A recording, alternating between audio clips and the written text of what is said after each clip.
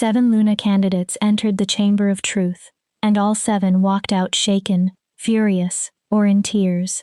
With the northern darkness closing in, and the council preparing to choose his Luna for him, Alpha Guy Knight summoned the last wolf anyone expected, Sherry Brennan, the Omega he had rejected before the entire pack. He claimed she alone might survive the trial, but he never explained why the visions were tied to their shattered bond, or what truth waited beneath the prophecy that had already ruined them both. Sherry Brennan had abandoned every belief in fairy tales precisely 347 days ago. That was the exact amount of time since Alpha Guy Knight met her eyes at the moonrise ceremony, felt the mate bond snap into place between them, and spoke the 5 words that destroyed her. I reject you, Sherry Brennan. Not, I cannot accept this. Not, I need time. Just a cold, absolute rejection in front of the entire pack, with the full moon bearing witness to her humiliation. The bond had broken apart like glass.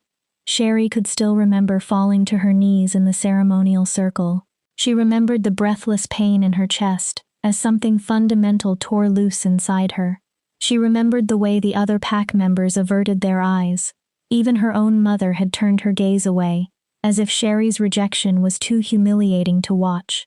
An alpha rejecting his true mate was almost unheard of. An alpha rejecting an omega mate was considered impossible. Omegas were the lowest rank in the pack hierarchy, and were considered too gentle for warrior training, judged too soft for leadership, too emotional for the hard calculations of pack politics.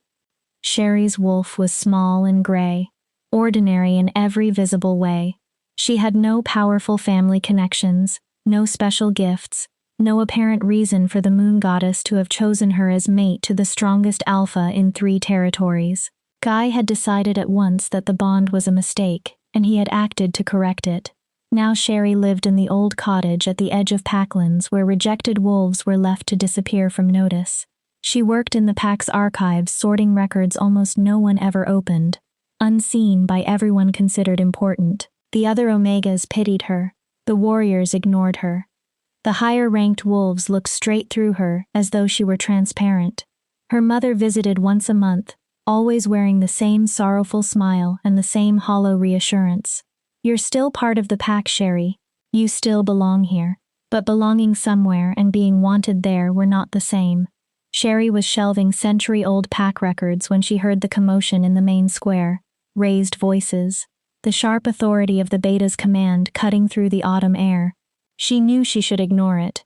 The pack's daily conflicts no longer had anything to do with her, but curiosity still drew her to the archive's narrow window. What she saw caught the breath in her throat. 7 she-wolves waited in a straight line before the pack house. Every one of them radiated confidence and power. Luna candidates. Sherry recognized them from the constant gossip circulating through the pack. Daughters of alphas from the eastern territories, a beta's sister from the coast, a warrior captain who'd won 3 territorial challenges. They were beautiful, powerful, and seemingly perfect. Everything Sherry believed she was not. The alpha will see the first candidate now, Beta Van Doyle announced, his voice carrying across the square. Cecilia Wagner of the Moonwater Pack.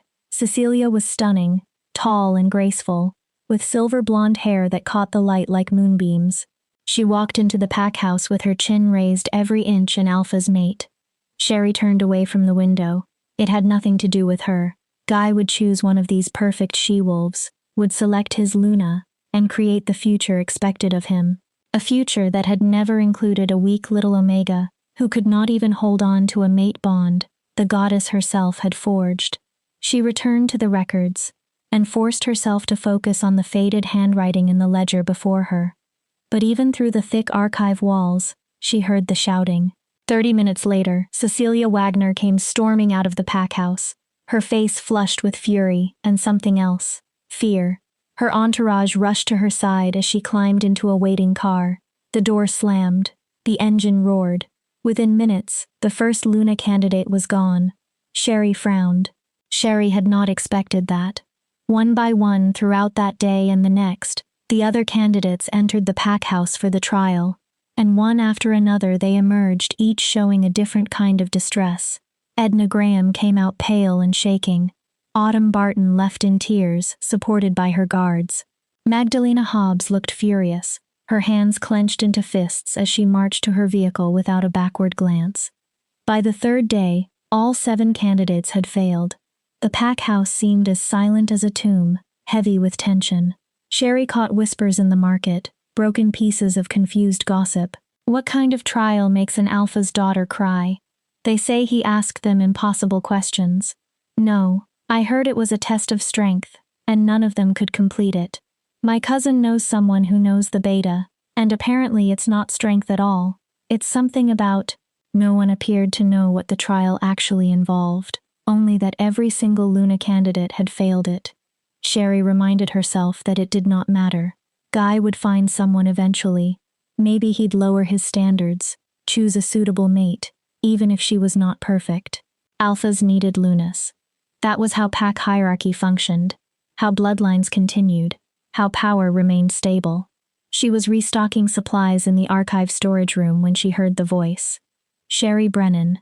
She turned so sharply she nearly dropped the box in her arms. Beta Van stood in the doorway, his expression unreadable. Beta. She set down the box carefully, lowered her eyes in the submission expected of an Omega. How can I help you? The Alpha request your presence in the pack house immediately. Sherry's heart stuttered. What? Why? Van's jaw tightened. That's not for me to say. You're to come now. Fear rushed through her. Had she broken some rule? Broken some pack rule she did not know about? Was Guy finally going to exile her completely? Send her away from even this small cottage, this quiet life she'd built from the ruins of her rejection? I do not understand now, Sherry. She followed him across the square on trembling legs, aware of the stairs tracking their progress. Rejected Omega being summoned to the pack house. The pack gossips would tear this moment apart. Van led her through the massive oak doors down corridors she had not walked since the night of her rejection. They stopped before the Alpha's office, the center of pack authority, where all major decisions were made. Van knocked once. Alpha, I've brought her. Send her in. That voice deep and commanding, the voice that had spoken her rejection over a year ago. Sherry's hands shook as Van opened the door and gestured her inside. The office was exactly as she remembered. Dark wood paneling, floor-to-ceiling bookshelves, the massive desk that had belonged to 3 generations of Silvercrest Alphas, and behind that desk, Alpha Guy Knight. He looked exhausted. That was the first thought that crossed Sherry's mind, the one that slipped past her fear. Guy's dark hair was disheveled as if he'd been running his hands through it, and shadows smudged the skin beneath his steel-gray eyes.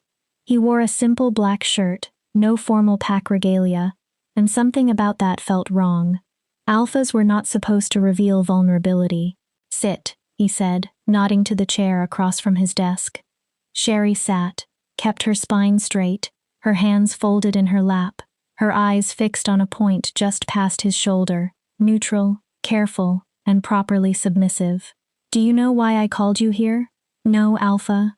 He sighed, and the sound carried exhaustion that seemed to reach his bones. 7 candidates, 7 failures. The council is threatening to choose a Luna for me if I do not complete the trial successfully within the month. Sherry said nothing. What could she say? This should not have been her problem. She was the final wolf in the entire pack who should be involved in choosing the Alpha's mate. Guy stood moved to the window overlooking the territory. The trial is not what they think it is. It's not about strength or bloodlines or political alliances. It is about. He stopped himself, shook his head. It does not matter what it's about. What matters is that I need someone to pass it. Someone who will not fail. A cold weight settled in Sherry's stomach. Why are you telling me this? He turned to face her, and for just a moment, something flickered in those gray eyes. Regret. Pain. It was gone before she could name it. Because you're going to take the trial, Sherry. You're going to be my 8th candidate. The room seemed to tilt around her. What? You heard me. No, that's impossible. I'm not a Luna candidate. I'm an Omega. I'm rejected. You're the only option I have left. Sherry shot to her feet. Shock overrode every rule of proper protocol. You rejected me in front of the entire pack. You destroyed our mate bond and sent me away. And now you want me to what? Pretend to be Luna material. Let you humiliate me again. I'm not going to humiliate you. Then what do you call this? Guy's expression hardened into the cold mask she remembered from that terrible night. I call it necessary. The council wants a Luna. The pack needs stability. And you. He paused, something complicated crossing his face. You might actually be able to pass the trial. You might be the only one who can. That does not make any sense. Take the trial, Sherry. Tomorrow at dawn. That's an Alpha's command. The command struck her like a physical blow. An Alpha's command could not be refused by pack members. It was law, as binding as iron chains. Sherry stared at him. This male who had broken her heart and shattered her future, who now stood before her asking the impossible. No, not asking, commanding. And if I fail, her voice sounded smaller than she wanted. Like the others, you will not fail. How can you possibly know that? Guy turned back to the window, dismissing her. Dawn, Sherry, do not be late. Van appeared in the doorway, ready to escort her out. Sherry's legs moved automatically, carrying her out of the office, down the corridor, out into the cooling evening air. She did not remember the walk back to her cottage. She did not remember closing the door and sinking onto the old couch. Only one question remained in her mind. What kind of trial makes Alpha daughters cry? And why does Guy think a broken, rejected Omega can pass when they could not? Outside her window, the moon began to rise. 3 days until it reached fullness. 3 days until the council's deadline.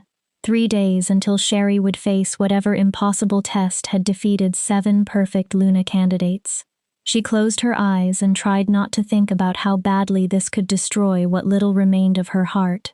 Tomorrow would come whether she was ready or not, and whatever Guy's trial held, Sherry knew one thing with absolute certainty. She had already survived the worst thing the pack could do to her. She'd survived being unwanted.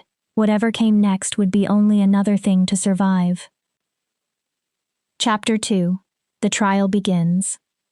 Dawn arrived cold and unforgiving.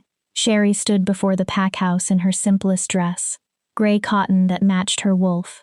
There was nothing ornate about it, nothing that pretended she was something she was not.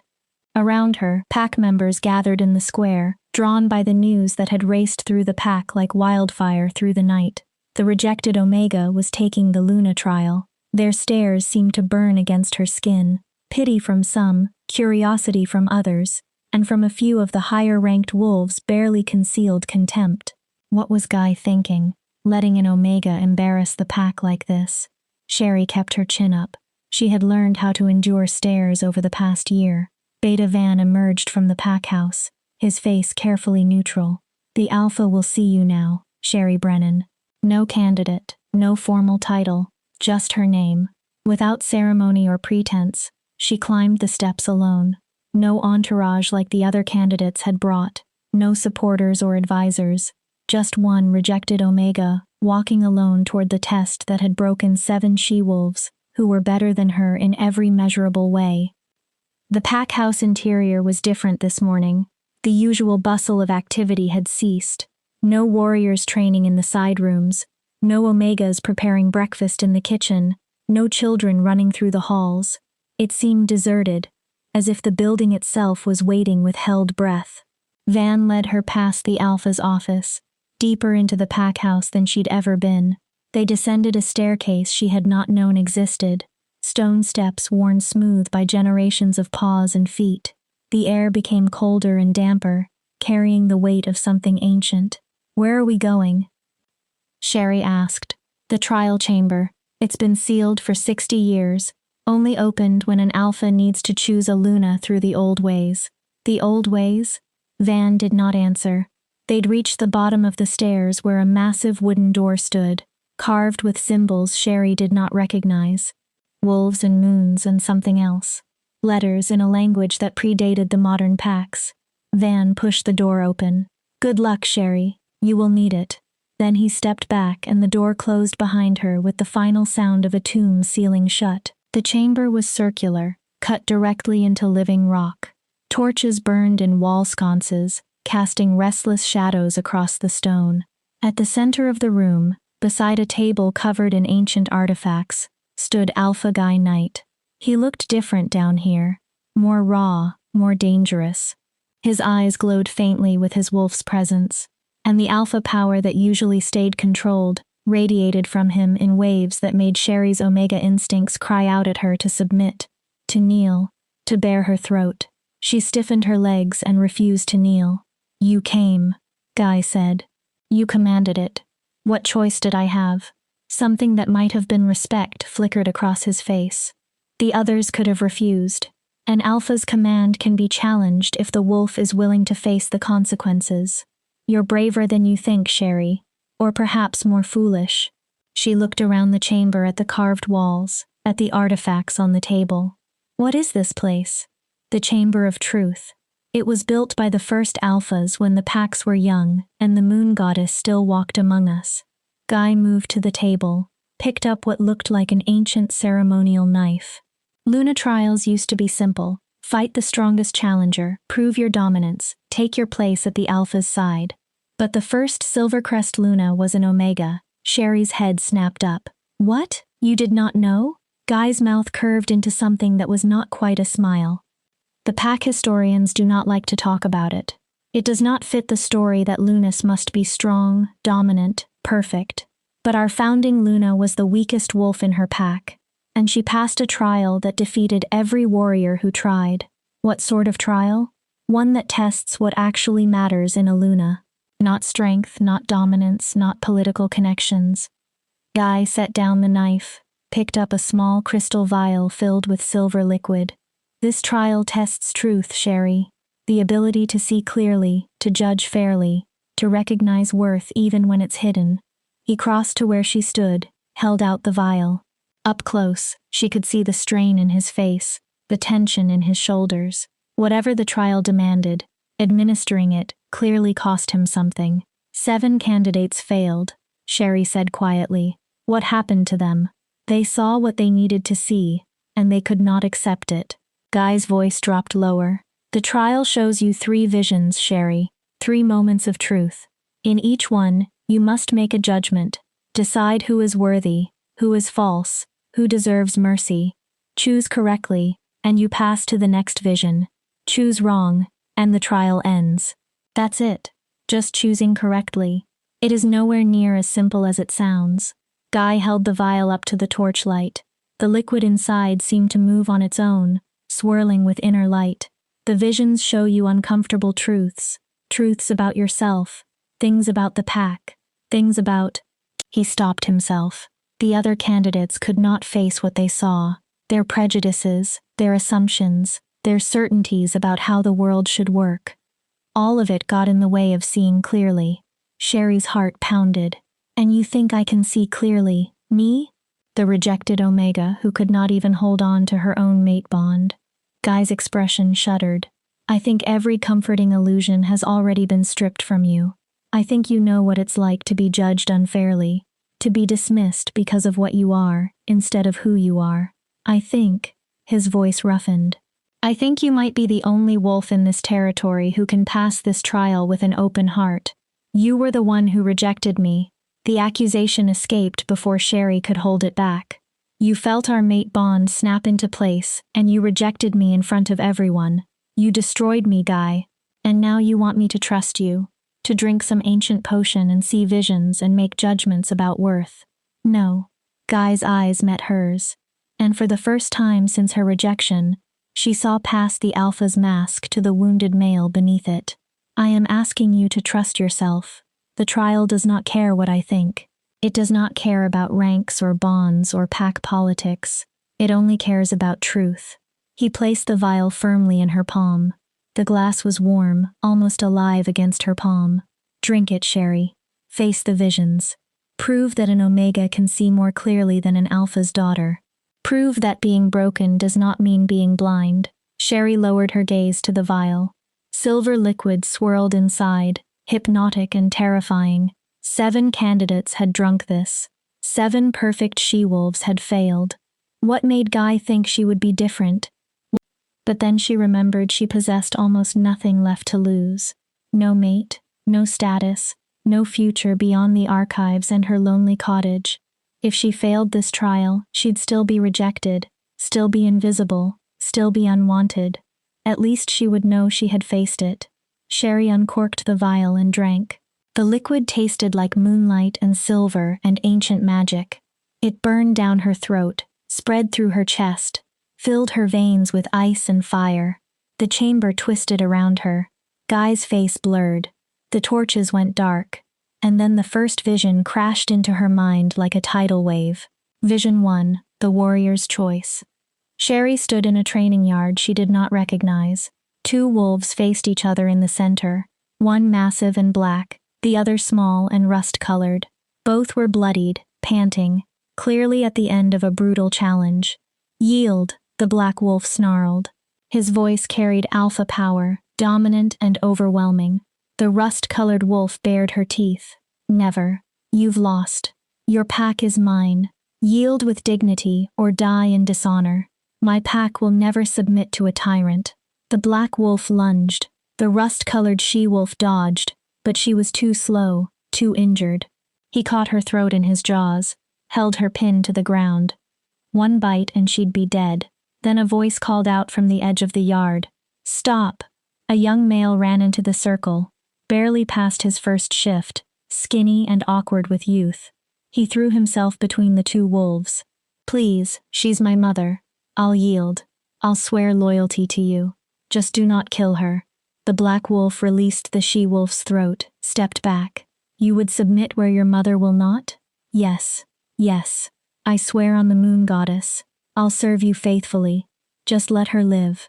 The she-wolf struggled to her feet, blood streaming from her wounds. "Lyle, no. It's over, Mom. We lost. Let it be over." The black wolf considered them both. Then he shifted to human form, a warrior in his prime, scarred and powerful. "Your oath or your mother's life? Choose." The vision froze and Sherry heard Guy's voice echoing from nowhere and everywhere. Who is worthy of mercy? The mother who would die rather than submit, or the son who would sacrifice his pride to save her? Choose. Sherry's mind raced. The easiest answer was the mother. She was brave, uncompromising, and willing to die for her principles. That's what a Luna should value, right? Strength, courage, refusal to bow. But she looked at the young male again. This time she looked closely, saw the terror in his eyes, the desperate love, the way his body shook with the effort of standing between his mother and death. The mother possessed courage, but the son showed wisdom.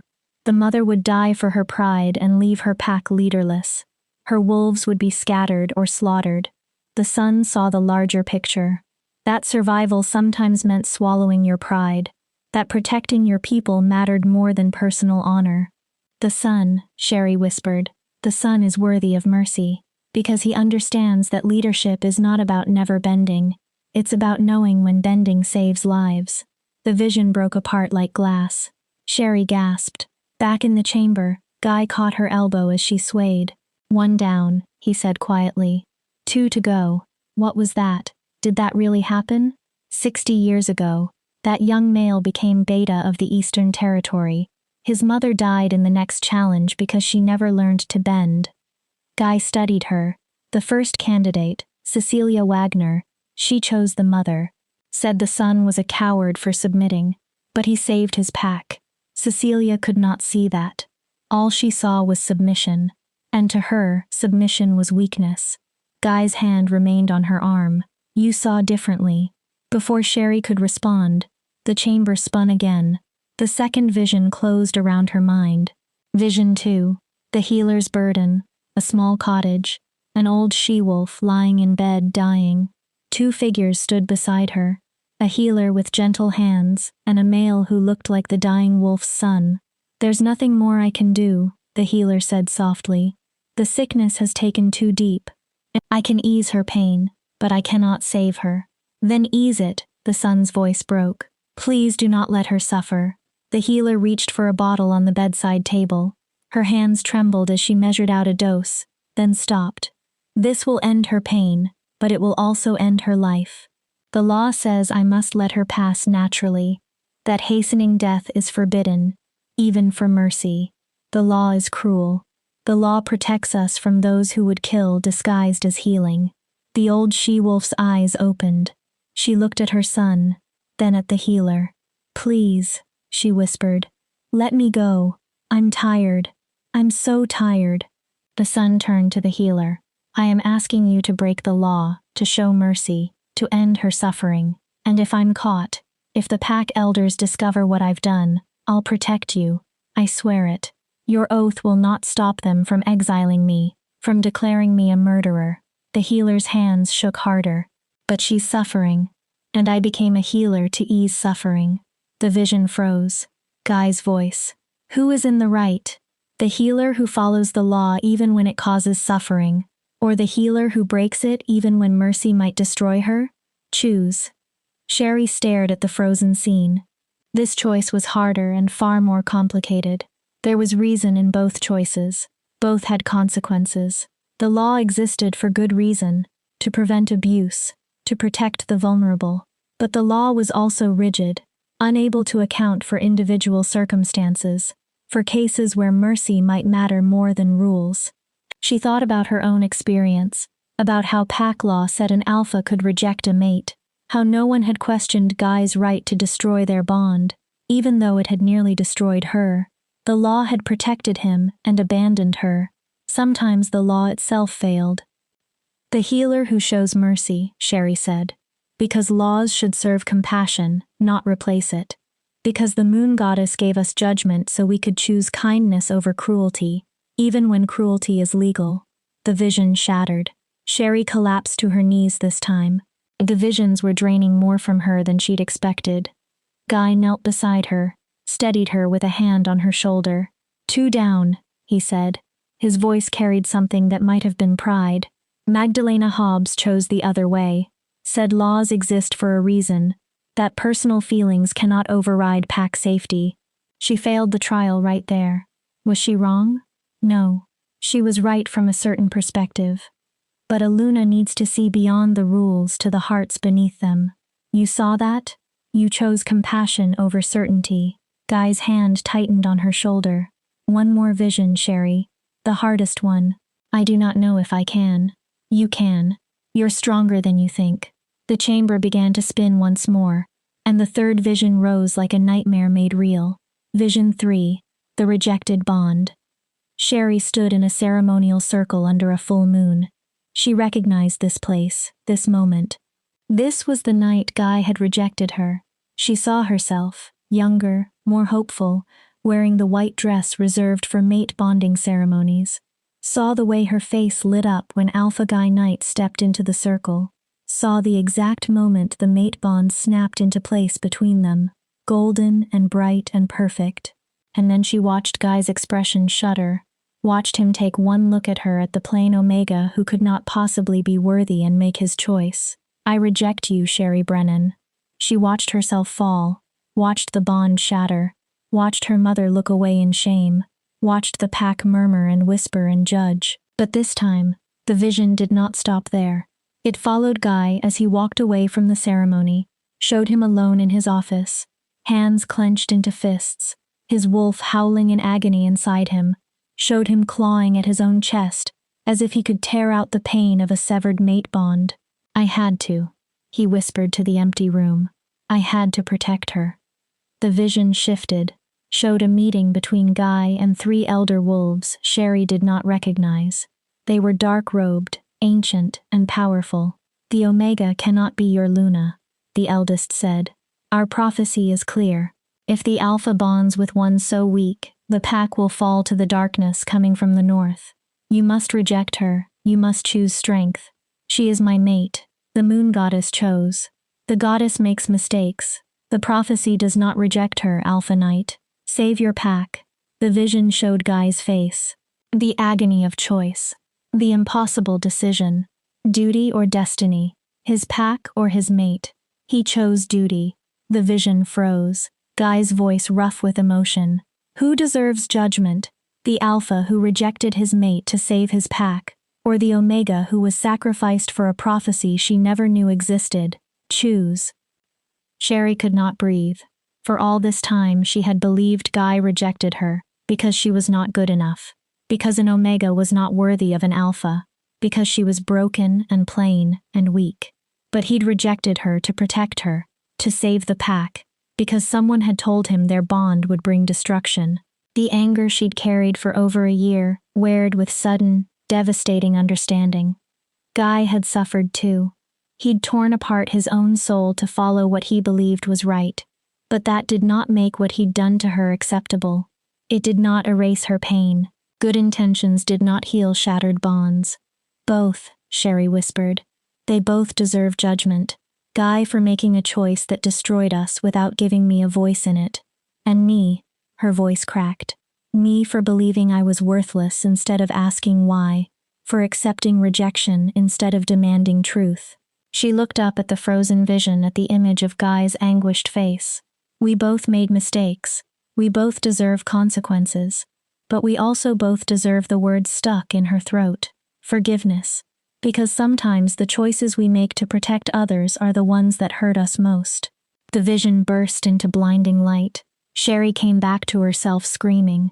Guy caught her as she fell, held her against his chest as she sobbed. The visions had torn open every wound she'd tried to heal, exposed every truth she'd tried to bury. You passed, Guy said into her hair. His voice shook. Sherry, you passed. All 3 visions. You're the first in 60 years to Woody. You kept the truth from me. She shoved him away, fury and grief and betrayal burning through her. You let me think I was not good enough. You let me hate myself for over a year, when you were the one who I know. I know, and I'm sorry. An apology does not repair this. Tears streamed down her face. You broke me, Guy. You shattered our bond and sent me away and let me believe I was worthless. And for what? Some prophecy from ancient wolves who think they know better than the moon goddess. I was trying to protect you. I did not need protection. I needed truth. I needed my mate to trust me enough to make that choice together, instead of deciding my entire future without me. Guy reached for her, then stopped himself. You're right about all of it. I made the wrong choice. I thought I was being noble, thought I was saving you from a darkness I could not explain. But his voice broke. I just destroyed us both. Sherry wiped her eyes, tried to steady her breathing. The chamber suddenly felt too small. Suddenly, the air too thick. Why now? Why bring me back for this trial? Why not just let me stay rejected and invisible? Because the prophecy failed. She stared at him. Guy ran a hand through his hair, looking more lost than any alpha should. The darkness from the north.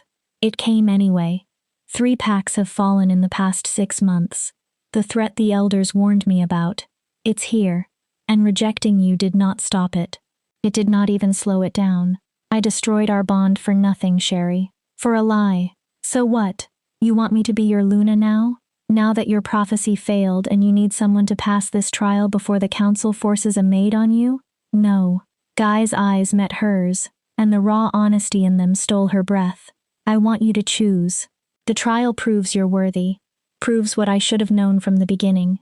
You see clearly. You judge fairly. You understand mercy and truth in ways those perfect candidates never could. You would make an incredible Luna.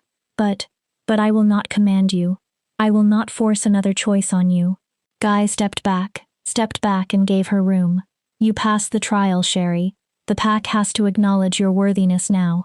What you do with that acknowledgement, whether you accept the Luna position, whether you ever forgive me, whether you stay or go, that's your decision, not mine, not the council's, yours. Sherry looked at him. This male, who had been her mate for one perfect moment before becoming her destroyer, tried to reconcile the alpha who'd rejected her with the man who'd suffered silently for over a year. She tried to decide whether understanding his reasons meant she had to forgive his choices. I need time, she said finally. The trial might prove I can judge others fairly, but I do not know if I can judge this us clearly yet. Take all the time you need, and if I decide I do not want to be Luna, if I pass the trial but reject the position. Guy's smile was sad. Then you'll be the first wolf in pack history to turn down a Luna throne. But it would be your choice, and I would respect it. Sherry turned toward the door, then stopped. One more question burned in her mind. The other candidates, why did they fail? What did they choose wrong? Cecilia chose pride over wisdom in the first vision. Magdalena chose law over mercy in the second. The others, Guy's voice went soft.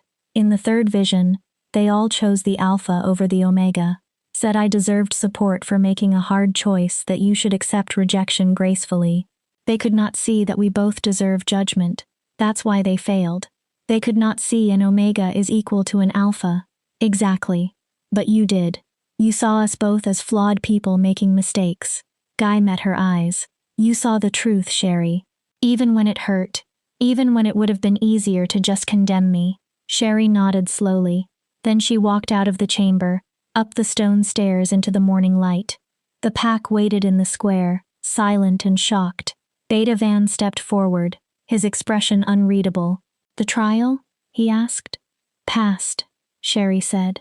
Her voice did not shake. All three visions. The square burst into noise, but Sherry barely heard it. She walked through the crowd, through the stairs and whispers and shock, back to her cottage at the edge of Packlands. She'd passed an impossible trial, proved herself worthy, earned a place that 7 perfect candidates had been denied. Now she had to decide if she wanted it. Chapter 3. The Price of Truth. The cottage seemed different when Sherry closed the door behind her. Or maybe she was the one who'd changed. It was difficult to know when your entire understanding of the past year had been shattered in 3 visions and a confession that changed the meaning of everything she thought she understood. She sat on the worn couch, still trembling from the trial. Her mind kept replaying the third vision, Guy's face as he made the choice to reject her, the elder's prophecy, the year of silent suffering he'd endured. It would have been easier if he'd just been cruel, if he'd rejected her out of pride or disgust or simple indifference. But he'd rejected her trying to save her, trying to protect the pack. And somehow that made it worse, because it meant her pain had been deemed acceptable collateral damage in someone else's plan. A knock at the door broke through her spiraling thoughts. "Sherry?" called a familiar female voice. "It's Teresa. Can I come in?" Teresa Ramsey, one of the few wolves who'd stayed friendly after the rejection, though even she'd kept her distance. Being kind to the rejected Omega was not exactly good for one's social standing. Sherry opened the door. Teresa stood there with a basket of food and an expression caught between concern and curiosity. "The entire pack is talking about what happened," Teresa said, slipping inside. "You passed the trial that broke Cecilia Wagner and made Magdalena Hobbs leave crying. How are you still on your feet?" "I am not certain that I am." Sherry accepted the basket numbly. "Fresh bread, cheese, fruit, comfort food. Thank you for this." "Are you kidding? You're about to be Luna.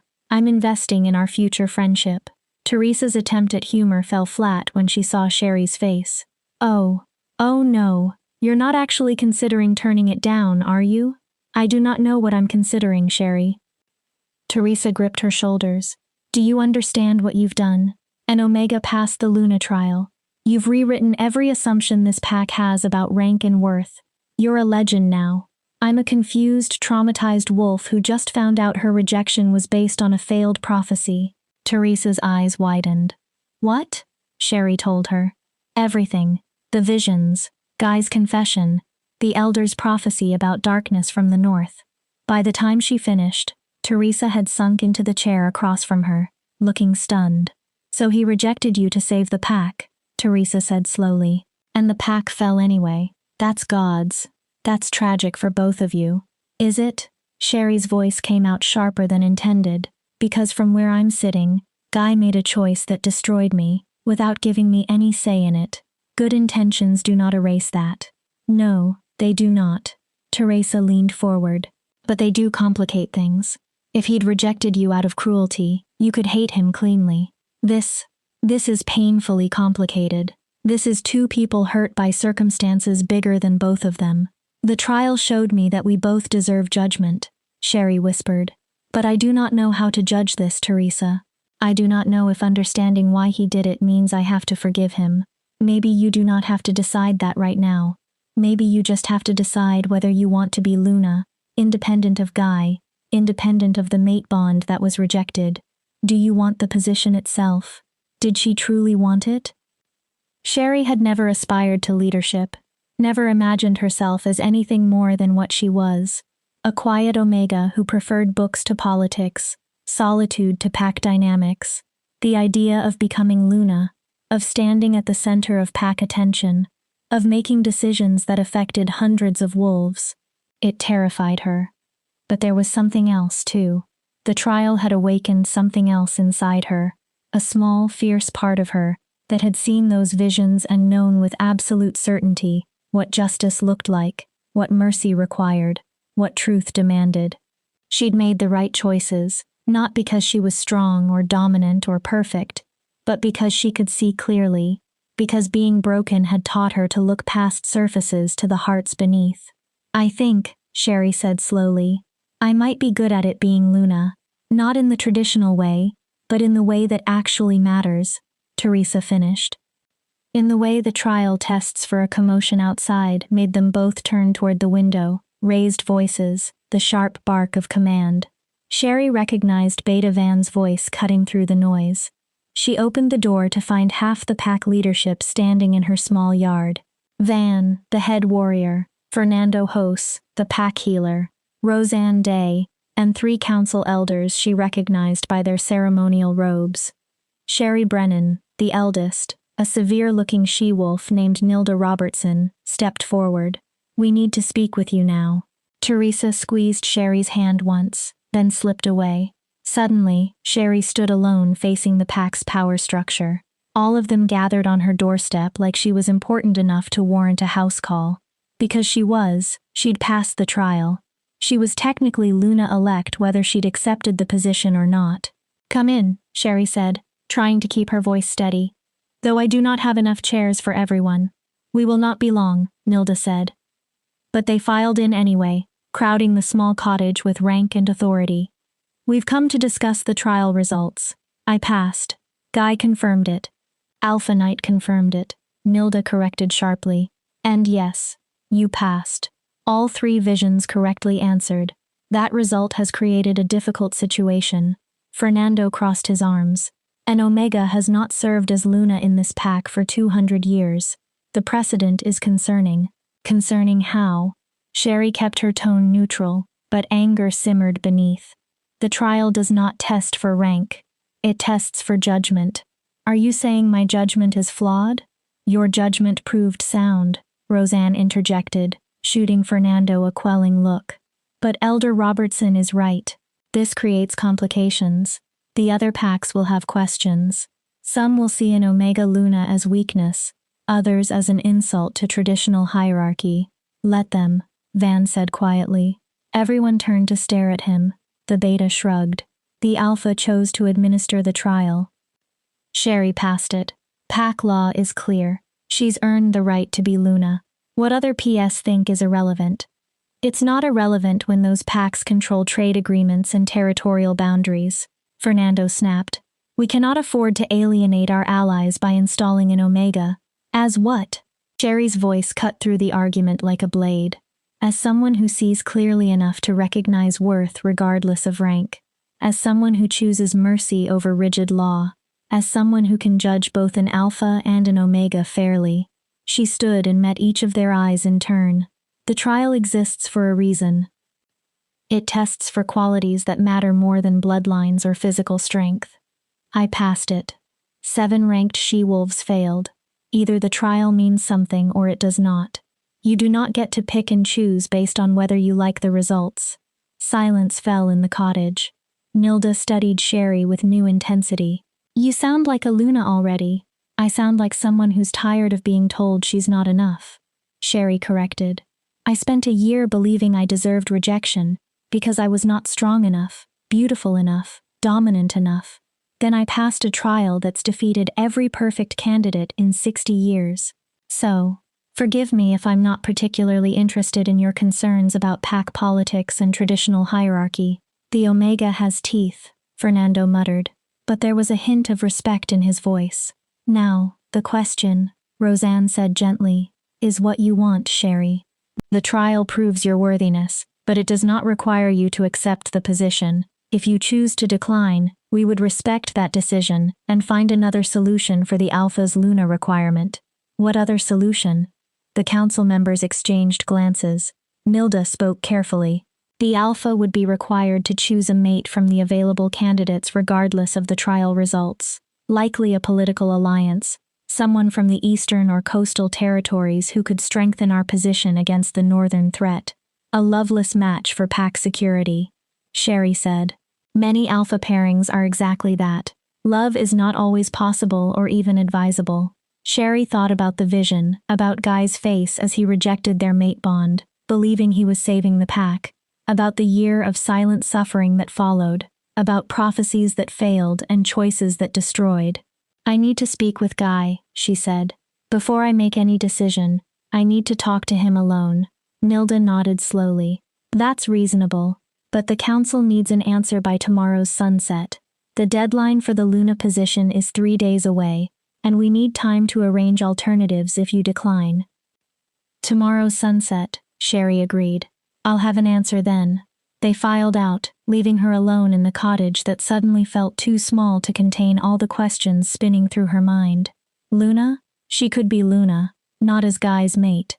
That bond was severed, dead, impossible to recreate. But as the wolf who'd proven herself in the trial, who'd earned the position through merit rather than destiny or politics, it should have felt like victory. Instead, it felt like standing at a crossroads with no map and no certainty about which path led to safety. She found Guy on the training grounds an hour later, fighting 3 warriors at once. It was not formal sparring. It was the kind of brutal, exhausting combat wolves engaged in when they needed to quiet their minds through physical pain. Sherry watched from the edge of the yard as Guy took down Billy Holcomb with a move that would leave bruises for days, dodged Patrick Yang's strike, and caught Nathan Love in a hold that forced immediate submission. All 3 warriors were good. Guy was better. When he finally stepped back, breathing hard and bleeding from a dozen minor wounds, he spotted her. The warriors took one look at his expression and found urgent reasons to be elsewhere. Sherry Guy grabbed a towel, wiped blood from his face. The council found you. They did. They're concerned about political ramifications of an Omega Luna. She moved closer, careful to maintain space between them. They want my answer by tomorrow sunset. What are you going to tell them? I do not know yet. That's why I'm here. Sherry met his eyes. I need to understand something, Guy. If I accept the Luna position, not as your mate, but as the wolf who passed the trial, what exactly does that mean? What would our relationship be? Guy set down the towel. It would be complicated. I need a clearer answer than that. He sighed, ran a hand through his hair. Luna and Alpha work together to lead the pack, make decisions jointly, present a unified front to other territories. It's a partnership built on trust and mutual respect, regardless of whether there's a mate bond. But we do not have trust. The words hurt to say.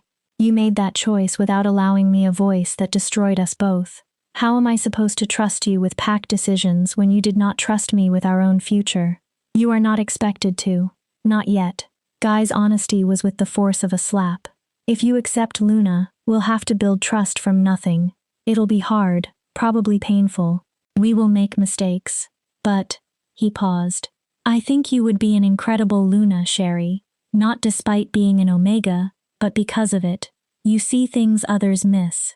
You understand mercy in a way most Alphas never learn. The pack needs that, especially now, with the northern threat growing. The threat the prophecy was supposed to prevent, Sherry said bitterly. The threat that came anyway. Because the elders were wrong. Their prophecy failed. Guy moved closer, stopped just outside her personal space. I cannot undo rejecting you. I cannot fix what I broke. But I can tell you this. If you choose to be Luna, I will spend every day proving you can trust me again. Not as your mate, that's gone, and I accept the consequences, but as your Alpha, your partner in leading this pack. And if I choose to walk away, decline Luna, and leave Silvercrest entirely, pain crossed Guy's face. Then I'll make sure you have safe passage to whatever territory you choose, and enough resources to start over. You've earned that much, more than that. Sherry studied him. The male who'd been her mate for one perfect moment. The alpha who'd rejected her to follow a failed prophecy. The partner he was offering to become if she chose to accept Luna. "I saw you in the vision," she said quietly. "Saw your face when you made the choice to reject me. Saw how much it cost you. It cost us both everything." "Yes, it did." She took a breath. "But understanding why you did it does not mean I've forgiven you, Guy. It does not mean I'm ready to trust you. It just means I see the whole picture now instead of only my own pain. That's a start. Is it enough?" The question hung between them. Is seeing clearly enough to build a partnership on? Especially when every time I look at you, part of me remembers falling to my knees in that ceremonial circle while the bond shattered. Guy's eyes darkened with old grief. "I do not know, but I know the pack needs a Luna who can see clearly more than they need one who has easy trust with her alpha. We can work on trust. We cannot manufacture the kind of judgment you showed in that trial." He had a point. The trial had tested for something rare, the ability to judge fairly even when emotions ran high, to see truth even when it hurt, to choose mercy without ignoring justice. Those were not qualities easily taught. Either you had them, or you did not. Sherry had them. The trial had proven it. "I need to think," she said. "I need tonight to decide if I'm brave enough to accept a position I never wanted. Working alongside a male who hurt me deeper than anyone else ever has. Take your time. Whatever you decide, Sherry." Guy's voice roughened. "Thank you for passing the trial. For proving the elders wrong about Omegas and worth. For showing this pack what clear judgment actually looks like." Sherry nodded and turned to leave. But something made her stop at the edge of the training yard, look back at him. "The darkness from the north," she said. "How bad is it?" "Bad. 3 packs fallen in 6 months. The 4th is under siege now. Probably will not last the week." "What kind of darkness? Rogues? A rival alpha?" Guy's expression went grim. "We do not know. That's the terrifying part. Scouts who investigate do not come back. The few survivors who escape the fallen packs are too traumatized to give coherent reports. All we know is that something is moving south, destroying everything in its path, and we're directly in its trajectory. And you think a Luna can help with that?" "I think a Luna who sees clearly might notice things I miss, might make connections I do not see, might," he paused, "might be exactly what we need to survive what's coming." Sherry walked home through the darkening forest, Guy's words echoing in her mind. The northern threat, 3 fallen packs. Something dark and unknown moving towards Silvercrest like an inevitable tide. If she declined Luna, Guy would be forced into a political match with someone who'd failed the trial. Someone who could not judge as clearly, who could not see past their own prejudices and assumptions. Someone who might make the wrong call when the darkness arrived. But if she accepted, she'd be tying herself to this pack, to Guy, to a partnership built on broken trust and painful history. She'd be choosing to lead alongside the male who destroyed her, choosing to put pack needs above her own comfort. Her cottage waited, small and safe and familiar. Sherry could pack her few belongings, accept Guy's offer of safe passage, start over somewhere else, be free of Silvercrest, free of the rejection that haunted her, free of the impossible choice between safety and duty, or she could stay, could accept Luna, could prove that being broken did not mean being incapable, could lead this pack through whatever darkness was coming, could choose to be brave. Sherry lit the lamps in her cottage and sat at the small table where she'd eaten countless lonely dinners over the past year. Tomorrow's sunset. The council wanted an answer. Tomorrow's sunset. She had to decide who she wanted to be. The rejected Omega who fled from difficult choices, or the Luna who passed an impossible trial. She had until sunset to choose. Chapter 4. Shadows Approaching. Sherry did not sleep that night. She sat at her window, watching the moon arc across the sky, thinking about trials and prophecies, and the weight of choices that affected more than just yourself. Every time she closed her eyes, she saw the visions again. The young male choosing wisdom over pride, the healer choosing mercy over law, and that terrible moment when she'd seen Guy's face as he rejected her. Understanding was not the same as forgiveness, but it did equal something.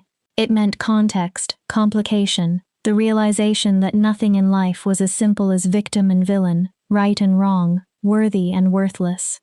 Dawn arrived far too soon. Sherry dressed carefully in clean clothes, not fancy, just practical. If she was going to make this decision, she'd do it as herself, not as some polished version she thought others wanted to see. She braided her hair, splashed cold water on her face, and stepped outside. The pack was already stirring. Wolves moved through the square with purpose, but their eyes tracked her cottage, waiting, wondering. The Omega who'd passed the trial. What would she choose?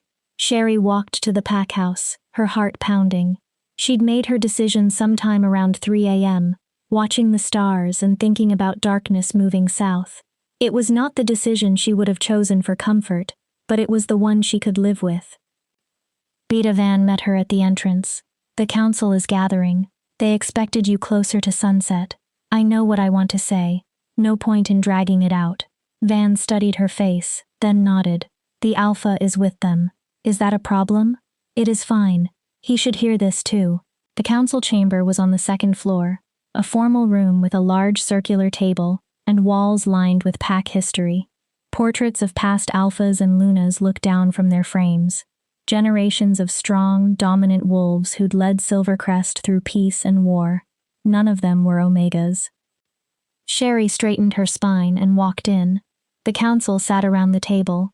Milda Robertson and 2 other elders along with Fernando Haas representing the warriors and Roseanne Day representing the healers.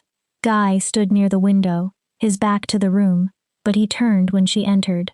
Sherry, Milda said. We did not expect you until sunset.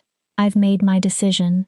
Sherry moved to stand at the head of the table, the place traditionally reserved for the Luna during council meetings. Everyone in the room understood the symbolism. I'll accept the Luna position. Relief appeared instantly on Roseanne's face. Fernando looked surprised, but not displeased. The elders exchanged glances, their expressions harder to read. You understand what you're accepting? Milda asked. The responsibility, the scrutiny, the challenges that come with leading alongside the Alpha. I understand that 3 packs have fallen to a threat we do not comprehend, and a 4th is under siege. I understand that Silvercrest needs leadership that can see clearly and judge fairly when that threat arrives at our borders. And I understand, Sherry's gaze moved to Guy, that I passed a trial specifically designed to test for those qualities. So yes, I accept Luna not because I've forgiven past hurts, or because I trust easily, but because the pack needs someone who can make the hard calls, and the trial proved I can do that. Even working alongside Alpha Knight, Milda pressed. Given your history, especially given our history, we've both made mistakes. We've both caused pain, but we've also both learned from it. Sherry kept her voice steady. Guy learned that prophecies can fail, and that making choices for others without their input destroys more than it saves. I learned that being rejected does not equal being worthless. Those were brutal lessons, painful ones, but they're the kind that make you better at seeing truth. Guy's expression was unreadable, but something flickered in his eyes. Pride, gratitude, maybe just relief that she was not walking away. Then it settled. Milda said, Sherry Brennan, by right of trial and council approval, you are officially Luna-elect of Silvercrest Pack. The formal ceremony will be held in 3 days at the full moon. There is one condition, Sherry said. I'd like to move the ceremony up to tomorrow night. The room went silent. That is highly irregular, one of the other elders protested. These ceremonies require preparation, ritual, proper observance. We do not have time for proper observance. Sherry leaned forward, hands on the table. You said the 4th pack will not last the week. That means the northern threat could reach our borders within days. I need to be fully instated as Luna before that happens, with all the authority and rights the position carries. Waiting 3 days for tradition's sake is a luxury we cannot afford. Fernando grunted approval. The girl's right. If we're under siege during a leadership transition, it weakens our position. Better to have the Luna instated and functioning before crisis hits. It's not just tradition, Milda argued. The full moon ceremony channels the moon goddess's blessing. Without it, I'm still the wolf who passed the trial. Sherry's voice turned hard. The goddess chose me as Guy's mate originally. Then circumstances and prophecies and fear got in the way. If she wants to bless this Luna ceremony, she will, moon phase or not. But I'm not risking this pack's safety for symbolism. Roseanne smiled slightly. She really does sound like a Luna. Tomorrow night, Guy said from the window, his first words since Sherry entered the room. I agree with the Luna-elect. We ceremony tomorrow night under whatever moon we have. The pack needs stable leadership and we need it now. When the Alpha and Luna-elect agreed, the council had little choice. Nilda sighed. Tomorrow night then. But this will raise questions with the other territories. Let them question, Sherry said. They will have greater concerns soon enough. The meeting adjourned. Council members filed out, already discussing ceremony arrangements and how to condense 3 days of preparation into one. Guy lingered near the window, and Sherry found herself alone with him again. Thank you, he said quietly, for staying, for accepting Luna. Do not thank me yet. You might regret this partnership when I start actually making decisions. But there was no real bite in her words. I sincerely doubt that. Guy turned to face her. You were right yesterday. We do not have trust yet, but we have something almost as valuable. We have honest assessment of each other's flaws. I know exactly where I failed you. You know exactly why. There are no illusions between us, no pretending. That's a strange foundation for a partnership, but it might be stronger than you think, or it might shatter the first time we disagree about something important.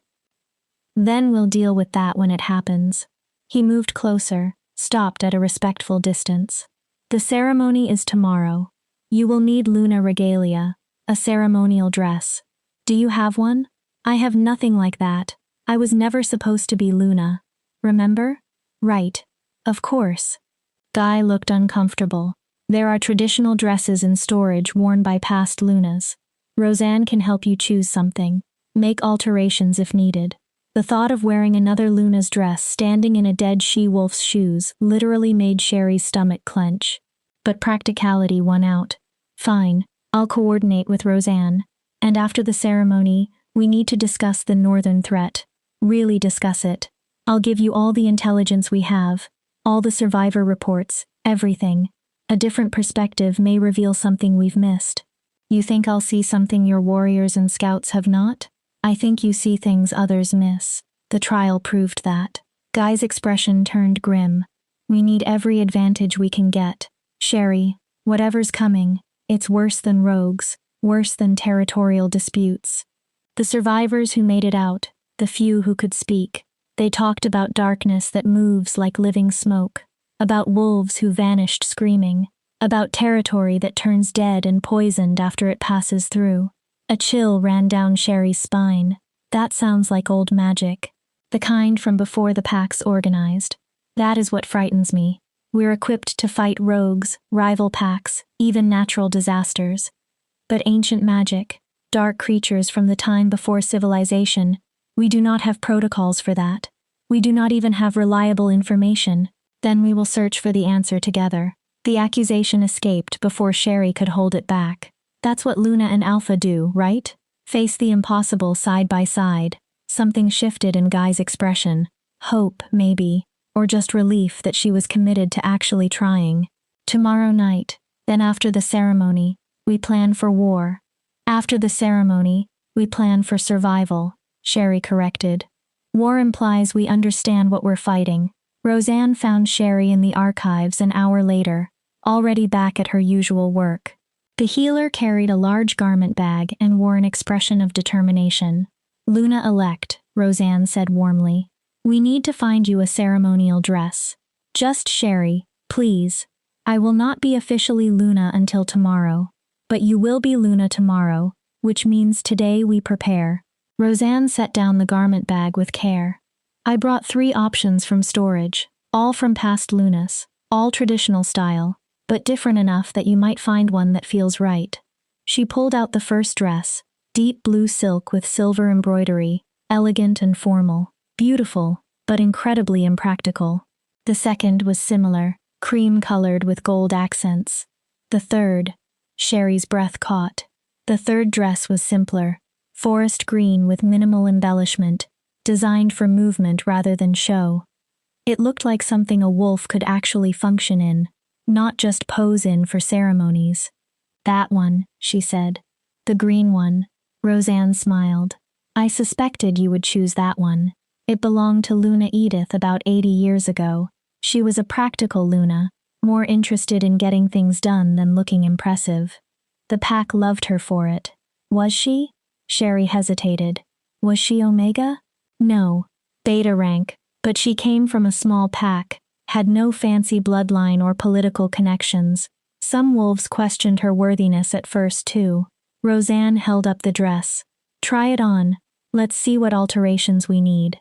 The dress fit surprisingly well, needing only minor adjustments at the waist and hem. Sherry stood before the mirror in Roseanne's workroom and hardly recognized the wolf in the mirror. She looked like a Luna, or at least like someone trying very hard to become one.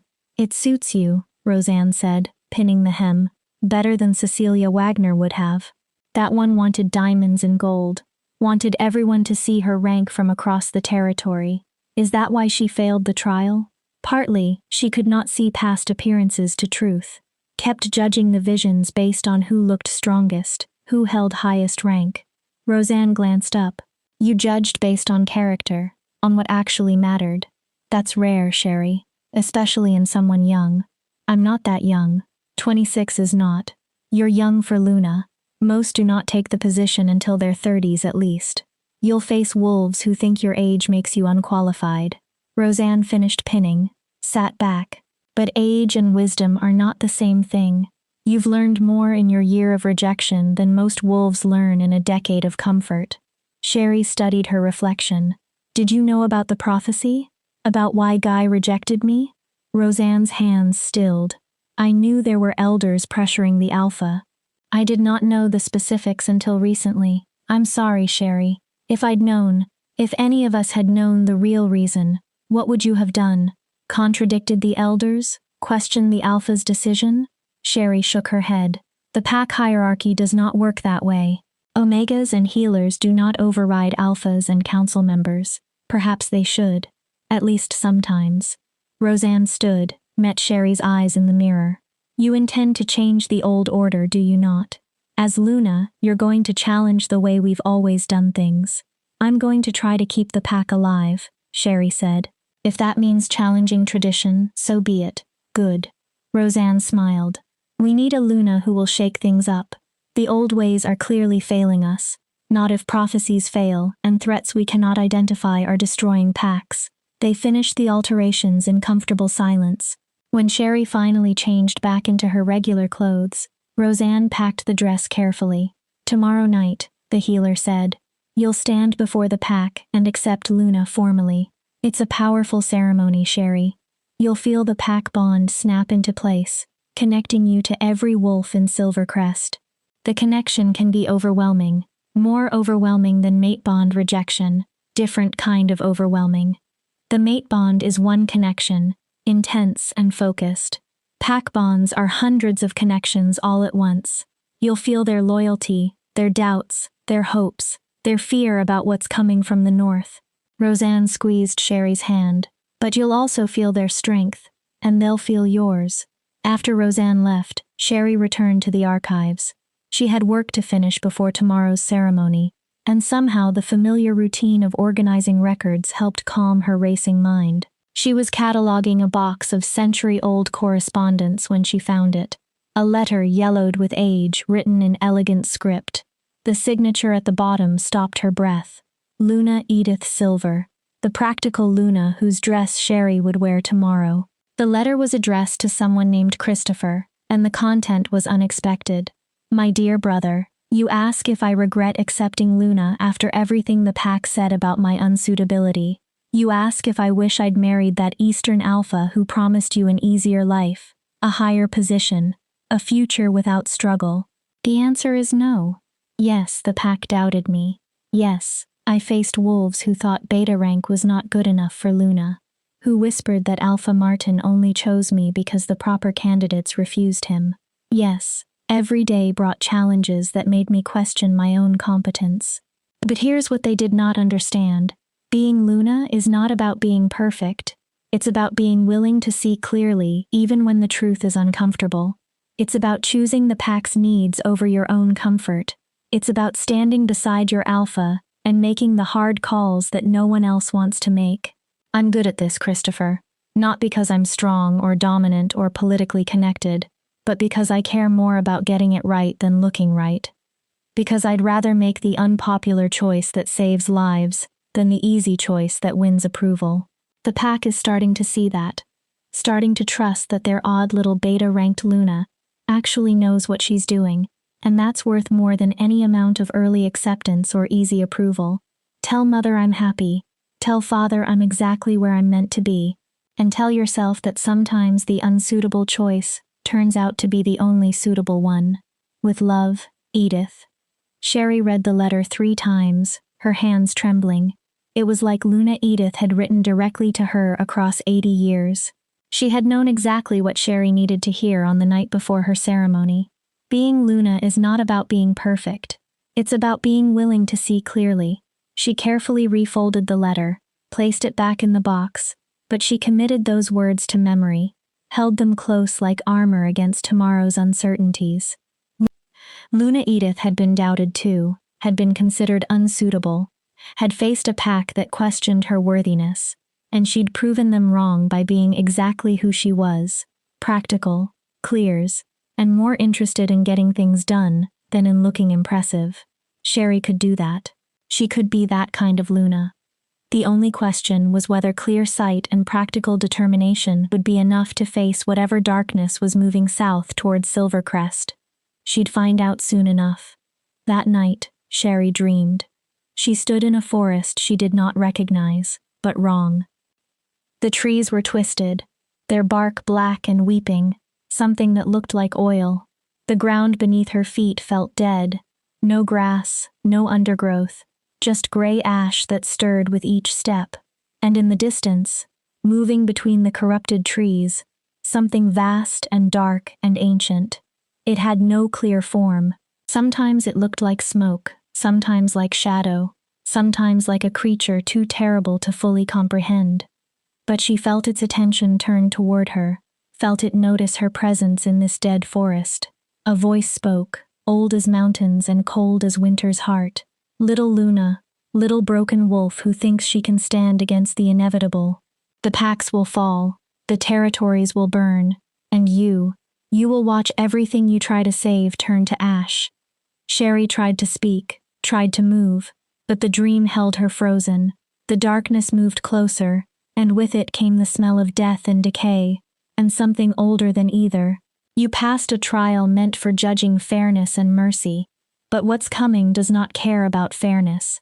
It does not understand mercy. Your clear sight means nothing when the darkness swallows everything. The thing was close now, close enough that Sherry could feel the cold radiating from it, close enough to see that where it moved, the forest died, trees withered, ground turned to poison. Life itself fled from its presence. Run while you can, little Luna. Run far and fast.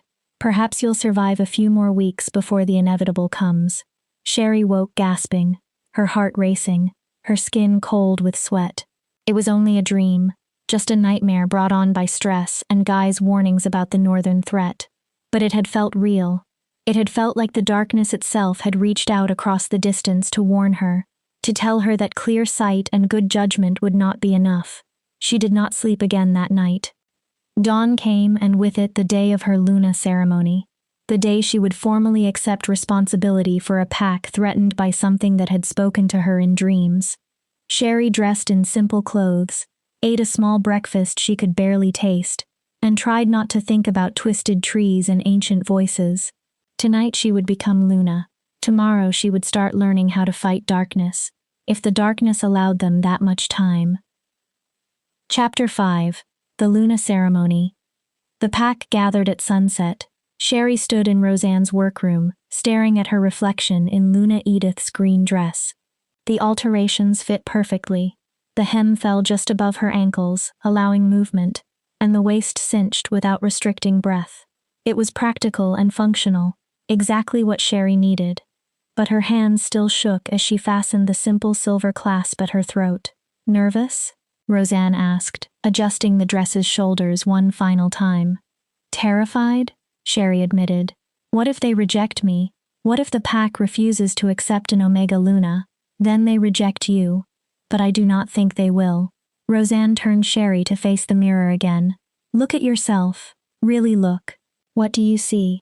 Sherry studied her reflection. She saw a plain Omega in a borrowed dress trying to be something she'd never been trained for. Saw the fear in her eyes, the tension in her shoulders. Saw someone who did not belong in Luna regalia. I see someone pretending, she whispered. Then you're looking wrong. Roseanne stood beside her, their reflections side by side. I see a wolf who passed an impossible trial, who chose to stay when she could have run, who's willing to face darkness for a pack that hurt her. That's not pretending, Sherry. That's courage. A knock at the door interrupted them. Beta Van's voice called through. It's time. Sherry took one last breath, straightened her spine, and followed Van through the pack house corridors. They emerged onto the main balcony that overlooked the ceremonial grounds, a natural amphitheater where the pack gathered for important events. The sight stole her breath. Hundreds of wolves filled the space. Every pack member who could attend had come. Warriors in formal dress, families with children, elders in ceremonial robes. Torches ringed the grounds, casting dancing light across the crowd, and at the center on a raised platform of ancient stone, Alpha Guy Knight waited. He wore traditional Alpha regalia, black leather marked with silver clan symbols, his dark hair tied back, his expression solemn. When he saw Sherry emerge onto the balcony, something flickered across his face. Approval? Relief? She could not tell from this distance. Van led her down the stairs through the crowd.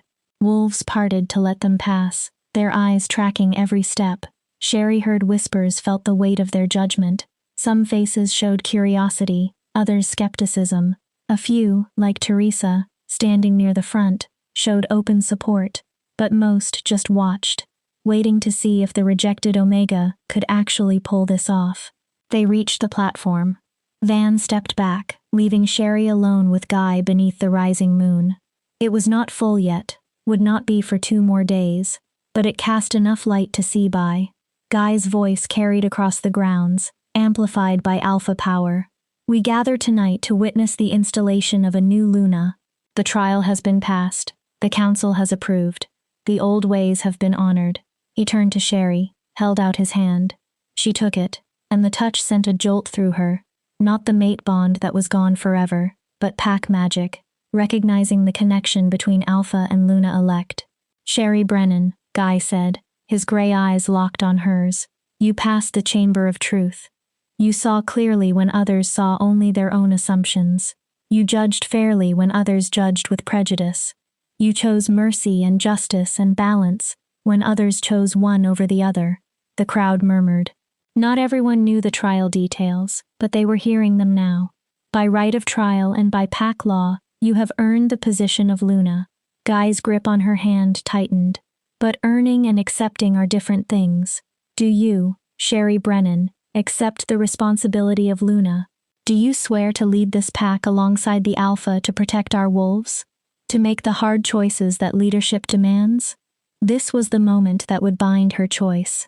After this, there was no backing out, no changing her mind, no returning to her quiet life in the archives. Sherry looked out at the gathered pack, saw warriors who doubted her, saw Omegas who hoped she'd prove them wrong, saw children who did not care about rank, only whether their Luna would keep them safe, saw Teresa's encouraging smile, saw Roseanne's confident nod, and she thought about Luna Edith's letter, about being willing to see clearly even when uncomfortable, about choosing the pack's needs over personal comfort. I accept, Sherry said, her voice carrying across the grounds. I swear to lead this pack, to protect our wolves, to make the hard choices. I swear to see clearly, to judge fairly, to choose mercy and justice in balance. I accept, Luna. Power surged through the connection between her hand and Gez. The pack bond snapped into place all at once. hundreds of threads connecting her consciousness to every wolf in Silvercrest. The sensation was overwhelming, exactly as Roseanne had warned. Sherry felt their emotions flooding through her. Doubt from Fernando Hose, hope from Teresa, curiosity from dozens of pack members she barely knew, and underneath it all, a current of fear. Fear of the northern threat, fear of the unknown, fear that their new Omega Luna would not be enough. She felt Guy's steady presence through the Alpha Luna connection, felt him anchor her as the pack bonds settled into place. His emotions were complex. Relief that she'd accepted guilt that still lingered from the rejection. Determination to make this partnership work, and something else she could not quite name. Let the pack witness, Guy said, releasing her hand. Sherry Brennan is Luna of Silvercrest. Her word carries authority. Her judgment carries weight. Her bond with every member of this pack is sealed. Roseanne stepped onto the platform carrying a silver circlet. Simple, elegant, practical, not a crown, just a symbol. She placed it on Sherry's head, and the pack bonds resonated with acceptance. Luna Sherry, Roseanne said formally, then smiled. Welcome to impossible responsibility and constant headaches. The pack erupted. Not in cheers exactly, but in acknowledgement. Howls rose from the crowd as wolves shifted to honor their new Luna in the traditional way. Even those who doubted her howled. Pack law demanded it, and the bonds compelled respect even if personal feelings did not. Sherry's wolf rose inside her, responding to the howls with her own, small and gray and unremarkable, but Luna nonetheless. The sound that came from her throat carried power she'd never felt before. Pack magic amplified her voice until it echoed across the territory. When the howls finally faded, Guy spoke again. The ceremony is complete. Luna Sherry stands recognized. Let any who question her authority challenge me directly. It was a bold statement, a protection. Basically, Guy was saying that doubting Sherry's fitness for Luna meant doubting his judgment as alpha, and no one challenged an alpha lightly. The crowd began to disperse, though many lingered to speak with pack members to process what they just witnessed. Teresa pushed through the crowd to reach the platform, tears streaming down her face. You did it, she said, pulling Sherry into a hug. You actually did it, Luna and Omega Luna. Do not remind me, Sherry muttered, but she hugged back. Having one friend who genuinely celebrated felt like a lifeline. Fernando Hose approached next, his expression unreadable. He bowed, brief, correct, giving Luna her due respect. I still have doubts, he said bluntly, but you passed the trial. That counts for something. Prove me wrong, Luna. I intend to, Sherry said.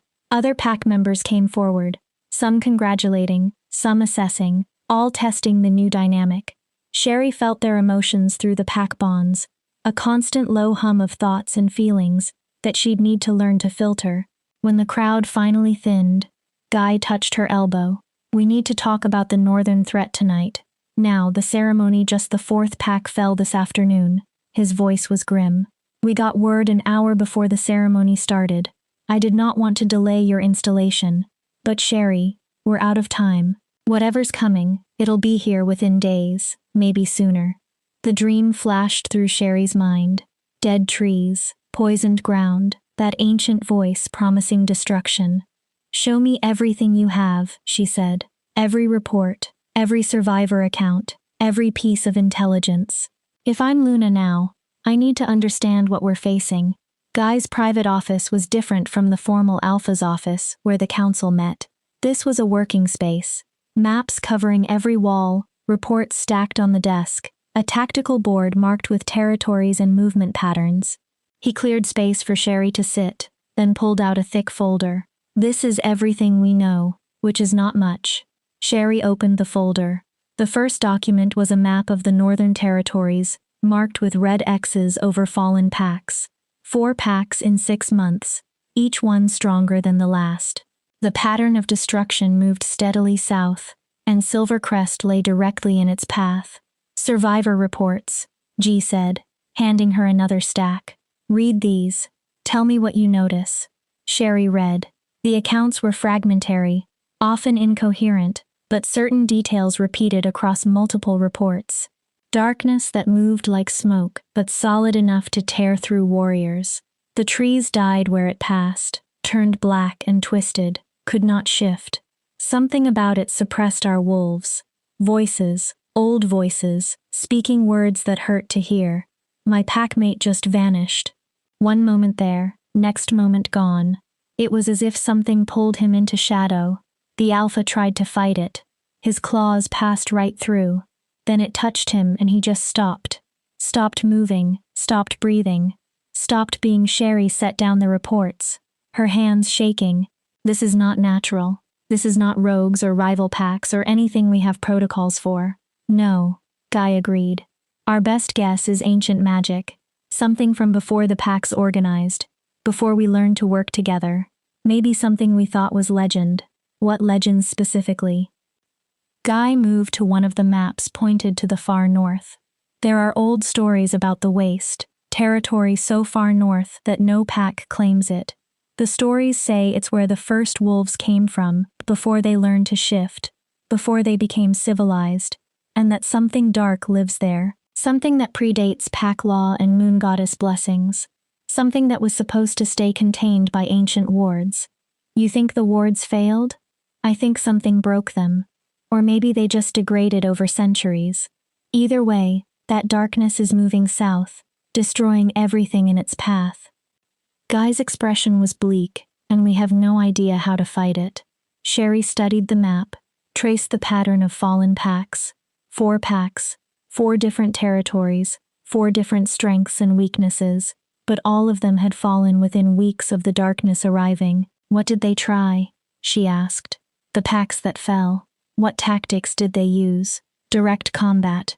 The first pack thought they could fight it like rogues, sent their warriors to meet it head-on. The warriors never came back. Guy pulled out another report. The second pack tried magic. They brought in witches, spellcasters, anyone with supernatural knowledge. The magic did not work, or worked too well. Some reports suggest the darkness absorbed the magical energy, got stronger from it. And the third pack tried to run, evacuated everyone south, hoping to outpace the threat. Guy's jaw clenched. It followed them faster than they could travel. It caught them 2 days into their flight, and there were not many survivors from that one. The fourth pack that just fell, barricaded themselves, reinforced their territory with every defense they had. Physical barriers, magical wards, blessed territory lines. It did not matter. The darkness came through their defenses like they were paper. Sherry set down the reports, her mind racing. 4 packs, 4 different approaches, all failures. We cannot fight it directly, she said slowly. We cannot run from it. It cannot hide from it.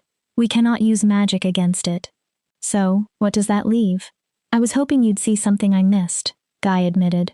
Some pattern in the reports, some detail that might give us a direction. Sherry picked up the survivor accounts again, read them more carefully, looking not for what they said, but for what they did not say. For gaps in the narrative, for details that seemed odd or out of place. One account caught her attention. My daughter survived. I do not know how. She's only 8, barely past her first shift. But when the darkness came, when it took everyone else, it passed right over her. It was as if she was not there, like she did not matter enough to notice. Another account from a different pack. Old Lyle made it out. He's 90 if he's a day, more wolf than man these days, barely coherent. But the darkness did not take him. We found him after, wandering the ruins, confused but alive. And a third, the Omega who worked in the kitchens. She survived too, said she hid when the darkness came, just pressed herself against the wall and tried to be invisible. And somehow it worked. It took the warriors, took the alpha, took everyone strong and important, but it left her. Sherry's breath caught. Guy, look at these accounts. Really look at them. He moved to read over her shoulder, and she felt his confusion through their Alpha-Luna connection. What am I looking at? Survivors, children, the elderly, Omegas, the weakest members of each pack. Sherry's mind raced, connecting pieces. Everyone strong died, everyone powerful, everyone dominant, everyone who would have fought back. But the weak survived. That does not make sense. Why would darkness powerful enough to destroy Alpha's spare children? Because Sherry's eyes widened. Because it's not about physical strength. It's about power, dominance, authority. She stood, paced to the map. Think about it. Every pack that fell tried to fight with their strongest weapons. Warriors, magic users, alphas themselves, and they all died. But the wolves who had no power, no authority, no ability to fight back, they survived. Guy's expression shifted as understanding dawned. The darkness feeds on power, or it targets power specifically, like it's drawn to dominance, to authority, to strength. Sherry's heart pounded. That's why the third pack's evacuation failed. They ran as a pack with their alpha leading with their structure intact. The darkness followed that power signature, but individual weak wolves, scattered and powerless, it ignored them.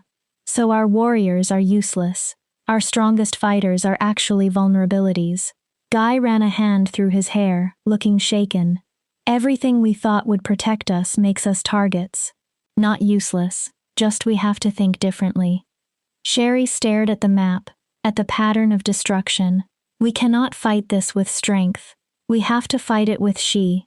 Paused. What's the opposite of dominance? Submission? Weakness? No. Those are still reactions to power. They still acknowledge the hierarchy. Sherry's mind raced back to the trial, back to the visions that tested her judgment. The opposite of dominance is insignificance, being beneath notice, existing outside the power structure entirely. Guy's eyes widened. You think we need to make ourselves insignificant? I think we need to understand what makes someone insignificant to this darkness. Why did it spare the children and elderly? What made them invisible? Sherry picked up the survivor accounts again, reading more carefully. There has to be something, some quality they share, beyond just being weak. They worked through the reports for hours, cross-referencing survivor accounts, looking for patterns. The pack bonds hummed in the background of Sherry's awareness. Hundreds of wolves settling into sleep, their emotions calming as night deepened. Around midnight, Sherry found it. Guy, listen to this account, she read aloud. My daughter survived. When I found her after, she was crying. She said she tried to fight when the darkness came, tried to shift and defend herself like she'd been taught. But she was too scared, froze completely, could not move, could not even growl, just stopped.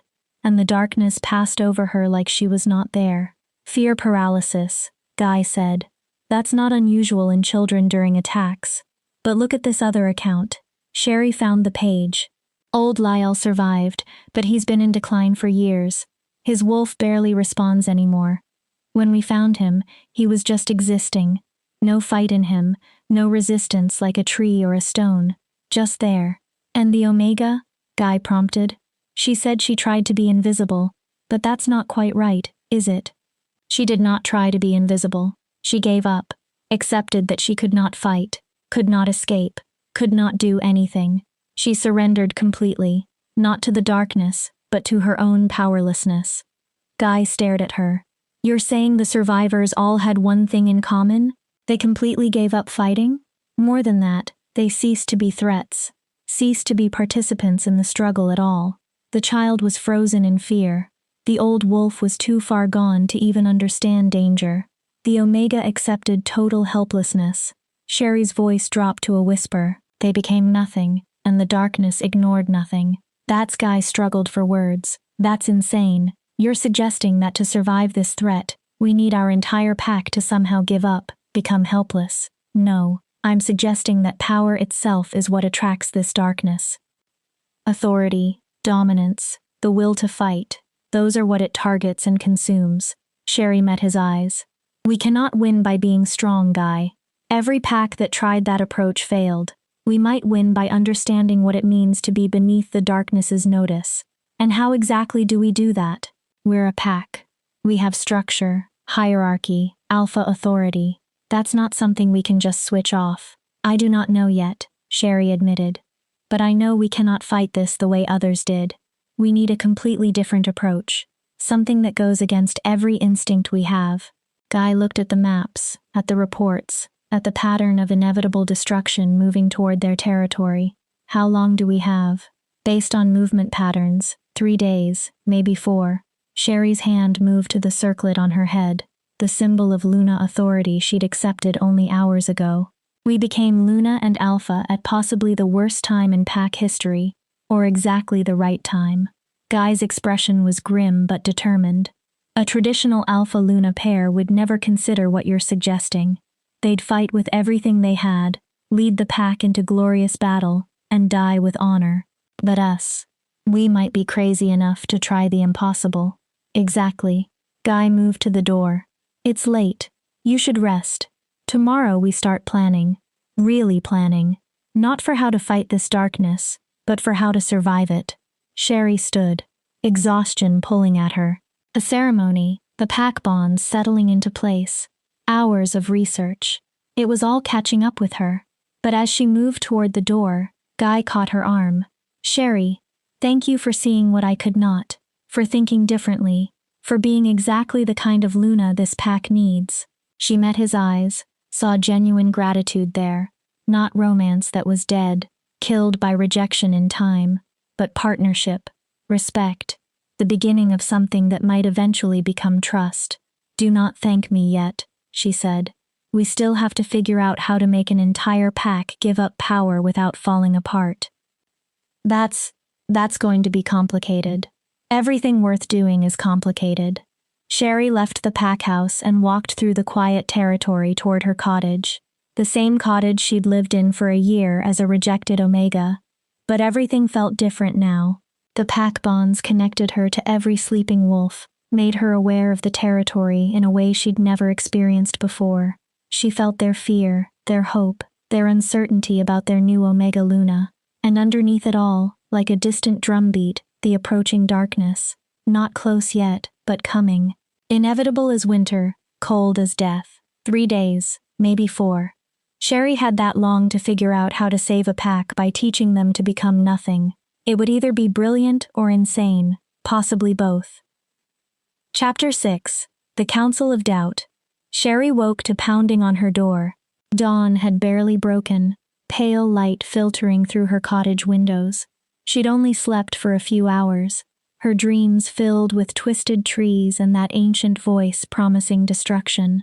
The pack bonds hummed with morning activity, wolves waking, beginning their daily routines, unaware that they had perhaps 3 days left before darkness arrived. The pounding continued. Luna Sherry, council meeting now. She recognized Fernando José's voice. Sherry dressed quickly, splashed water on her face, and opened the door.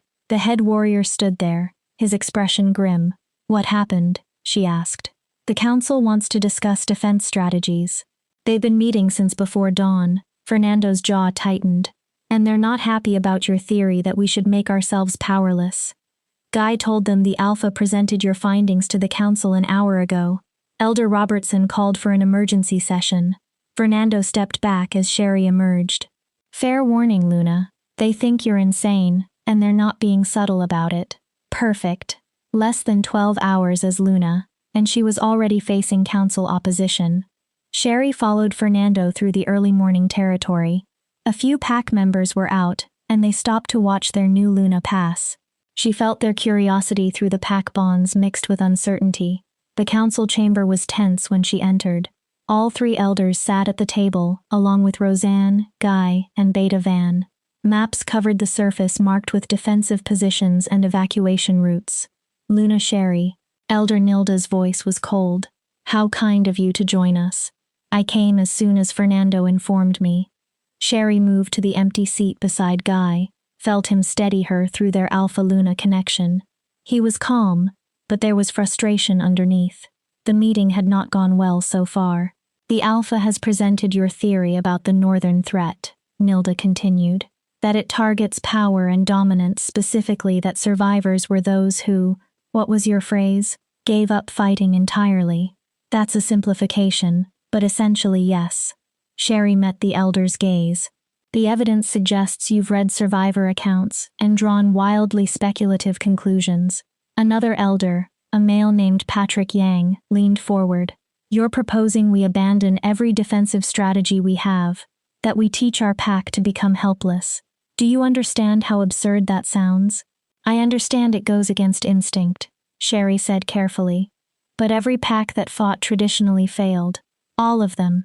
We need to consider alternatives. Alternatives based on what? Fear-paralyzed children and senile elders surviving by accident. Patrick's voice rose. You want to build strategy around coincidence and luck? I want to build strategy around the only evidence of survival we have. Sherry pulled out the reports she'd marked last night. 16 confirmed survivors across 4 fallen packs. All of them share the same quality. They cease to be active participants in the conflict, not through strategy, but through complete surrender to powerlessness. And you think we can teach 300 wolves to do that deliberately? Nilda shook her head. It's impossible. Warriors do not surrender. Alphas do not submit. Pack structure depends on authority and dominance. What you're suggesting would destroy us from within, before the darkness even arrives. Guy spoke up. With respect, Elder, we're talking about survival, not honor. If giving up power temporarily means our pack lives, is not that worth considering? Temporarily? Fernando laughed without humor. Alpha, once you teach wolves to be powerless, how exactly do you restore authority afterward? Once pack structure collapses, how do you rebuild it? We'd figure it out. You'd figure it out? Patrick stood, his hands flat on the table. You've been Alpha for 3 years, Knight. Your Luna has been installed for less than a day, and you want us to trust that you can dismantle and rebuild pack hierarchy on speculation. The room fell into tense silence. Sherry felt the doubt radiating from the council members, felt their fear that their new leadership was making a catastrophic mistake. Roseanne spoke quietly. What if Luna Sherry is right? What if this darkness does target power? Can we afford to ignore that possibility? Can we afford to act on it? Nilda countered. If we're wrong, if we've dismantled our defenses based on faulty interpretation, we'll be utterly helpless when the darkness arrives. At least fighting gives us a chance. Fighting gives us the same chance the other 4 packs had, Sherry said, which is to say, none. Their warriors died, their alphas died, their magic users died. Everyone strong enough to pose a threat was consumed, only the powerless survived. So you keep saying, Patrick's eyes narrowed, but you're asking us to bet 300 lives on your interpretation of fragmentary reports from traumatized survivors. That's not strategy, Luna. That's gambling with our existence. Van, who'd been silent until now, cleared his throat. There might be a middle ground. Everyone turned to look at the beta. We cannot completely abandon defense, Van continued. But we could test Luna Sherry's theory on a small scale. Send out scouts, not warriors, but omegas or lower-ranked wolves. See if they can approach the darkness and return. If the theory holds, they'll be ignored. If not, he paused. If not, we'll know before committing the entire pack to that strategy. You want to send omegas as test subjects? Nilda looked horrified. I want to test the theory before we stake everything on it, Van corrected. And if Luna Sherry is right, omegas have the best chance of surviving such a test. Sherry's stomach churned. The logic was sound, but the idea of deliberately sending wolves toward that darkness, even to test a theory, felt wrong.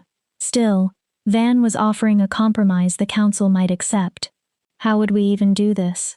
Fernando asked. The darkness is still 2 or 3 days out. We cannot send scouts that far north without proper supplies and protection. We could if they traveled light and fast, Van said. A small group, maybe 3 or 4 wolves. Omegas who volunteer, who understand the risk. They observe from a distance, see how the darkness reacts to their presence, return with intelligence, and if they do not return, Roseanne asked quietly, then we know the theory is wrong, and we prepare to fight traditionally. Van's expression was grave. It's a risk, but it's a smaller risk than committing the entire pack without testing first. Guy looked at Sherry. Your call, Luna. You developed the theory. Do you think it's testable this way? Sherry's mind raced. The theory was based on survivors who'd given up fighting instinctively, not deliberately. Could that be replicated? Could omegas consciously make themselves insignificant enough to be ignored? And could she live with herself if she sent wolves toward that darkness and they did not return?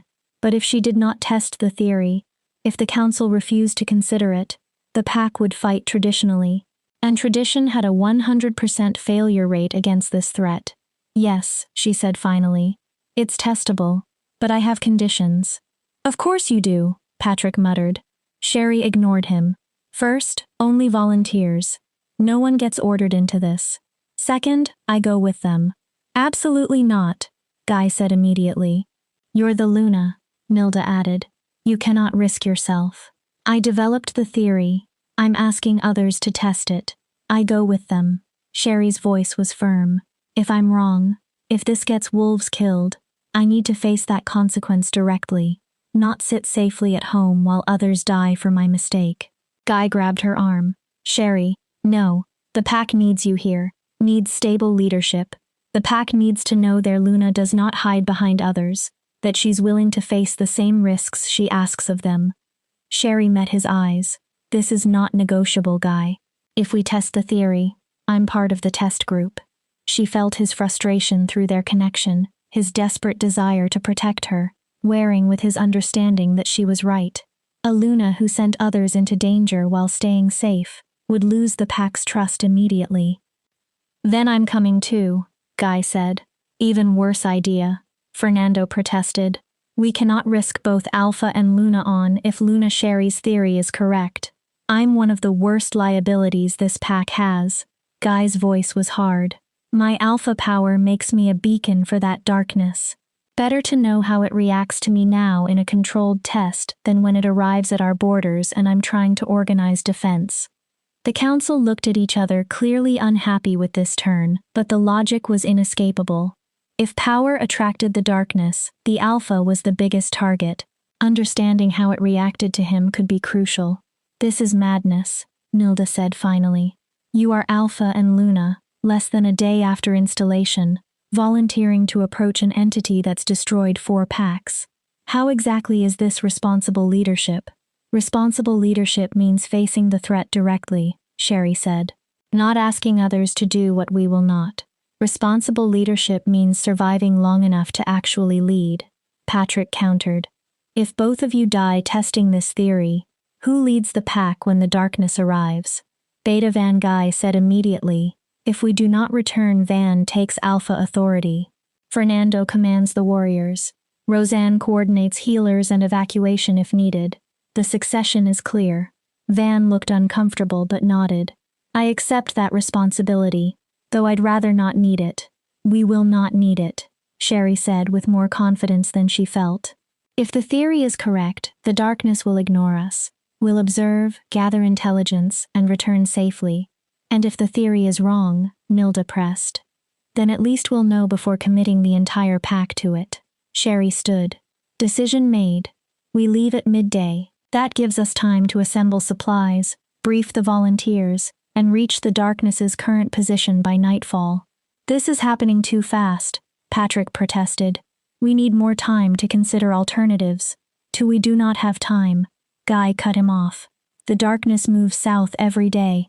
If we wait, it'll be on our doorstep before we've decided anything. At least this way, we get intelligence that might save lives. The council knew they were beaten.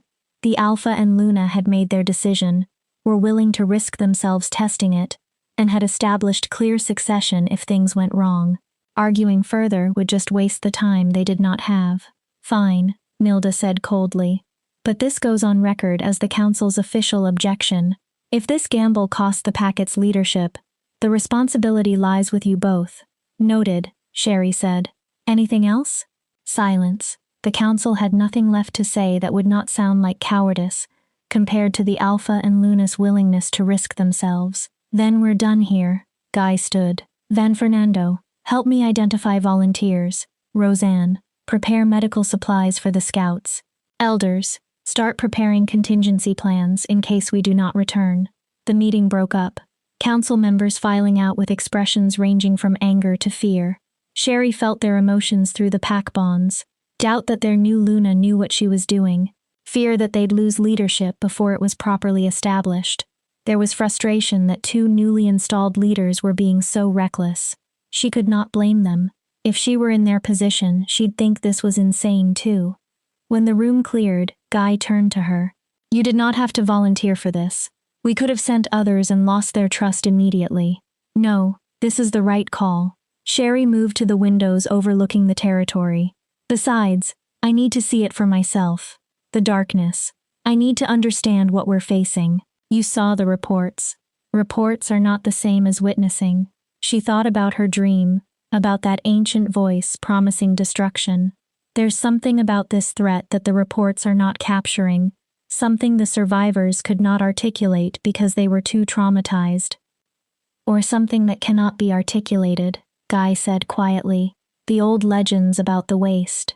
They say the darkness that lives there predates language, that it's too ancient, too alien to be fully comprehended by modern minds. Then we'll comprehend what we can, and work with that. Sherry turned from the window. Who do we ask to volunteer? We need Omegas, but I will not order anyone into this. Teresa will volunteer if you ask. Guy said she'd follow you anywhere. That's exactly why I will not ask her. This cannot be about loyalty to me personally. It needs to be wolves who understand the risk and choose it anyway. Then we announce it to the pack, explain the theory, explain what we're testing, and see who steps forward. Guy moved toward the door. Come on. If we're doing this, let's do it right. An hour later, the pack gathered in the main square. Not everyone. Some wolves were on duty, watching the borders, maintaining essential functions, but enough to spread word quickly through the pack bonds. Sherry stood on the pack house steps with Guy, feeling 300 pairs of eyes focused on them. Her Luna circlet felt heavy on her head, a constant reminder of authority she'd held for less than a day. Guy spoke first, his alpha voice carrying across the crowd. We've called you here to discuss the northern threat and to ask for volunteers for a scouting mission. Murmurs rippled through the gathered wolves. Scouting missions were not unusual, but the alpha's tone suggested this one was different. Your Luna has developed a theory about how the darkness operates, Guy continued. Based on survivor accounts, she believes it targets power and dominance, specifically that the only wolves who survived the fallen packs were those who posed no threat, who had no authority, who were powerless. The murmurs grew louder, confusion, disbelief, fear. Sherry stepped forward. I know it sounds impossible, but the evidence supports it. Every warrior who fought the darkness died. Every alpha died. Every magic user died. But children survived. The elderly survived. Omegas survived. The pattern is clear. Power attracts this threat. Powerlessness makes you invisible to it. So what? Someone called from the crowd. We're supposed to just give up. Let it kill us without fighting. No, we're supposed to understand what we're facing before we decide how to respond. Sherry kept her voice steady. 4 packs tried fighting. 4 packs failed. We need intelligence before we commit to any strategy. What kind of intelligence? Teresa asked from the front of the crowd.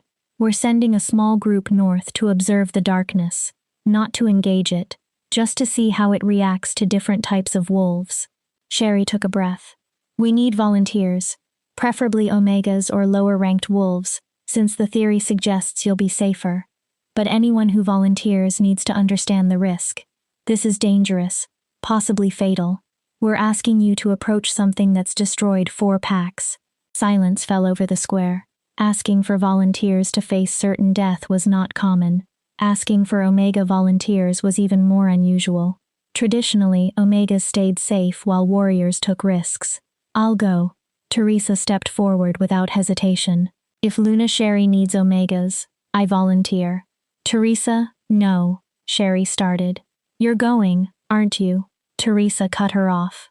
You and the Alpha both. If you're willing to risk yourselves testing this theory, I'm willing to risk myself supporting it. Another voice from the crowd. I'll volunteer too. A young male Omega Sherry, vaguely recognized from the kitchens. Name's Christopher Clifford. I'm nobody important, no power to speak of. If that makes me safer around this thing, I should go. And me, an older she-wolf, her muzzle graying. Nilda's already writing me off as useless. Might as well prove I've got one more mission in me. More volunteers stepped forward. Not many. Most of the pack looked uncomfortable with the entire concept, but enough. By the time they finished, 6 wolves had volunteered, 3 Omegas, including Teresa and Christopher, 2 older wolves past their warrior prime, and surprisingly, 1 young beta-ranked female named Edna Graham. "I know the theory says low rank is safer," Edna said when Guy questioned her, "but you need at least 1 mid-rank wolf to see how the darkness reacts to partial power. Otherwise, you're only testing the extremes." She had a point. Guy nodded approval. 8 of us then, Sherry said. The Alpha, myself, and 6 volunteers. We leave at midday, travel light and fast, reach the darkness's current position by nightfall. We observe, we gather intelligence, we return by dawn tomorrow. And if the darkness does not ignore us, someone asked from the crowd. If the theory is wrong, Sherry met their eyes. Then we die, and you fight traditionally, but at least you'll know that path was tested. At least you will not wonder if there was a better way. It was not a comforting answer, but it was honest. The crowd dispersed slowly, wolves breaking into small groups to discuss what they'd heard. Sherry felt their emotions through the pack bonds. Fear, doubt, reluctant respect for leaders willing to risk themselves, and underneath it all, desperate hope that somehow this crazy plan might work. Teresa approached as the square cleared. "You tried to tell me no because you're volunteering out of loyalty to me, not belief in the theory. Can it be both?" Teresa smiled, but it did not reach her eyes. "I believe you're right, Sherry, and I believe you need friends watching your back when you test it. So, I'm coming, and you cannot stop me." Sherry pulled her into a hug. "Just stay close to me out there. If anything goes wrong, we die together. I can live with that." Teresa pulled back. "Or not live with it technically, but you know what I mean." The gallows humor helped. Sherry managed a weak laugh. Midday, Guy called to the volunteers. "Meet at the northern gate. Light packs only. Water, basic supplies, nothing that slows us down. We're scouting, not fighting." The volunteers dispersed to prepare. Sherry headed back to her cottage to pack, but Guy caught her arm. "This is really happening," he said quietly. "We're really doing this. Too late to back out now." Sherry tried for confidence she did not feel. "I could order you to stay behind, pull rank as Alpha, and I could refuse as Luna. We'd waste valuable time arguing about it." She met his eyes. "We're partners now, Guy. That means we face threats together, not hiding behind each other." "I know. Does not mean I have to like it." He released her arm. "Be ready at midday. And Sherry, if anything goes wrong out there, it will not. But if it does, if the darkness targets us specifically, if the theory is wrong, run. Do not try to be heroic. Do not try to save anyone else. Just run and get back here to warn the pack. The same applies to you." Guy smiled grimly. "I'm the Alpha. Heroic stupidity is part of the job description. Lucky for you, I'm the Luna. Common sense is part of mine." Sherry started walking away, then stopped. "Guy, thank you for backing the theory even though the council thinks it's insane. For being willing to test it personally instead of sending others. Thank me if we survive it," Guy said. "And Sherry, I'm starting to think that rejecting you might have been the biggest mistake of my life. Not because of the mate bond. That's gone. I accept that. But because you see things clearly, think differently, challenge assumptions. The pack needs that. I need that." It was not a declaration of love. It was not even really an apology, but it was honest acknowledgement from a male who'd hurt her deeper than anyone else. "One step at a time," Sherry said. "First we survive the darkness. Then we figure out if we can rebuild trust." "Deal, deal." Sherry walked back to her cottage, the morning sun warm on her face. In a few hours she'd be heading north toward an entity that had destroyed 4 packs, testing a theory that might be brilliantly insightful or catastrophically wrong. She packed quickly. She packed water, dried meat, a warm cloak for night travel. The practical dress from yesterday, not Luna regalia. This was not about looking impressive. This was about survival. At midday, 8 wolves gathered at the northern gate, and the journey toward darkness began. Chapter 7. Into the Deadlands. They traveled in silence for the first hour, 8 wolves moving through Silvercrest territory, heading north towards something that should not exist. Sherry ran in her wolf form, small and gray, unremarkable beside the others. Guy's black wolf led the group, his alpha presence a constant warmth through their connection. Teresa ran beside Sherry, her rust-colored fur bright in the afternoon sun. The volunteers spread out in loose formation. Christopher Clifford, the young kitchen Omega, ran with nervous energy. The 2 older wolves, a male named Lyle Harrington and a female named Roseanne Day's sister Mitty Sharp, conserved their strength with the wisdom of age, and Edna Graham, the beta-ranked volunteer, kept pace just behind Guy, her golden brown wolf, alert and watchful. They crossed into neutral territory by early afternoon. The forest here was wild, unclaimed by any pack, a buffer zone between territories. Birds sang in the trees, deer scattered at their approach. Everything felt normal, peaceful, alive. It would not stay that way. Sherry felt the change around 3 hours into their journey. Nothing dramatic, just a subtle shift in the air. The birdsong faded. The forest grew quieter, and through the pack bonds connecting her to the other Silvercrest wolves, she felt their unease growing. Guy called a halt in a small clearing.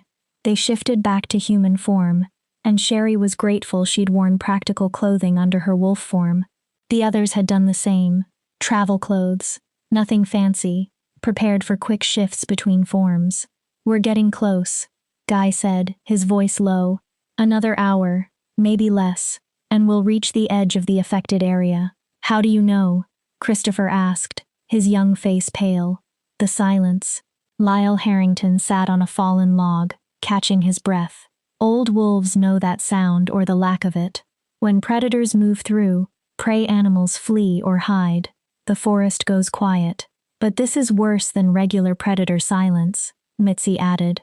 Her sister Roseanne had the same steady competence. "This feels like the forest itself is waiting with held breath." Sherry felt it too.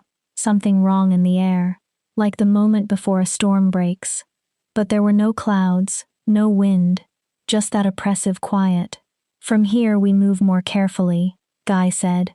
"Stay in human form for now. Easier to observe, easier to retreat if needed. Sherry, you and I should probably hang back once we sight the darkness. If it really does target power, putting the Alpha and Luna closest is dangerous." "Agreed," Sherry said, though every instinct screamed against hiding while others took risks. "We observe from a distance. The Omega's approach first tests the reaction." "I do not like this plan," Edna said bluntly, "sending our weakest wolves forward, while the strongest hide feels backwards." "Everything about this is backwards," Teresa pointed out. "That's kind of the point." They moved forward again, this time on foot. Wolf senses extended to catch any sign of the threat. The forest grew darker as they walked, though the sun had not set yet. Shadows seemed deeper here, thicker somehow, as if light could not fully penetrate. Then Sherry saw the first dead tree. It stood alone in a small clearing, a massive oak that should have been in its prime, thick with leaves and life. Instead, its bark had turned black, twisted into unnatural shapes. The branches were bare, reaching toward the sky like skeletal fingers, and where the tree touched the ground, the grass had died in a perfect circle. "Gods," Christopher whispered.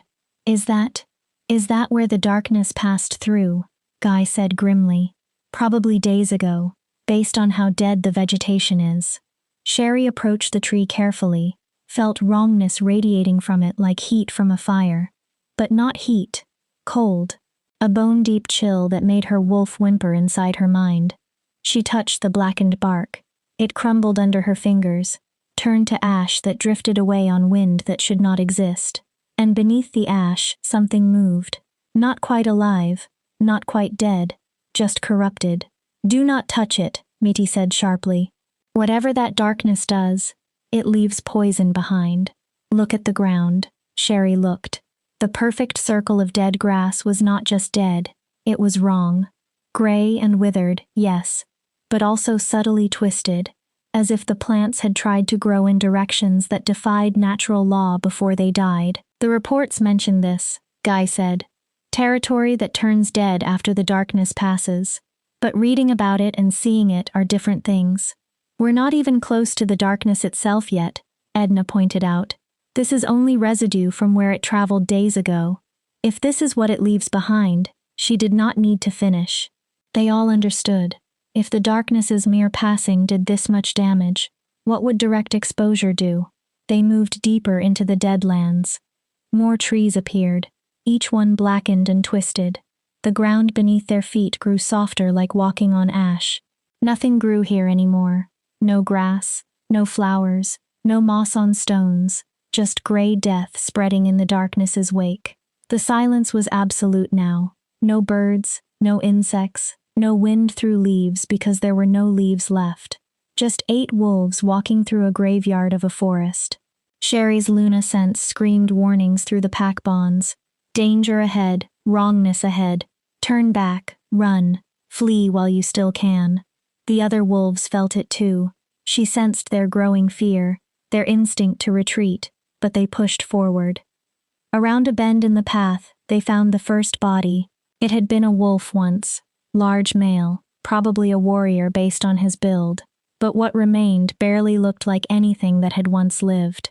The body was twisted, frozen in an expression of absolute terror, turned the same black as the trees. Where his claws had dug into the earth, the ground had turned to ash. Christopher turned and vomited. Teresa went pale but held steady. The older wolves exchanged grim looks. They'd seen death before, but not like this. Do not touch it, Guy warned unnecessarily. No one wanted to get close to the corpse. How long ago did he die? Sherry asked. Based on the vegetation death around him. 3, maybe 4 days.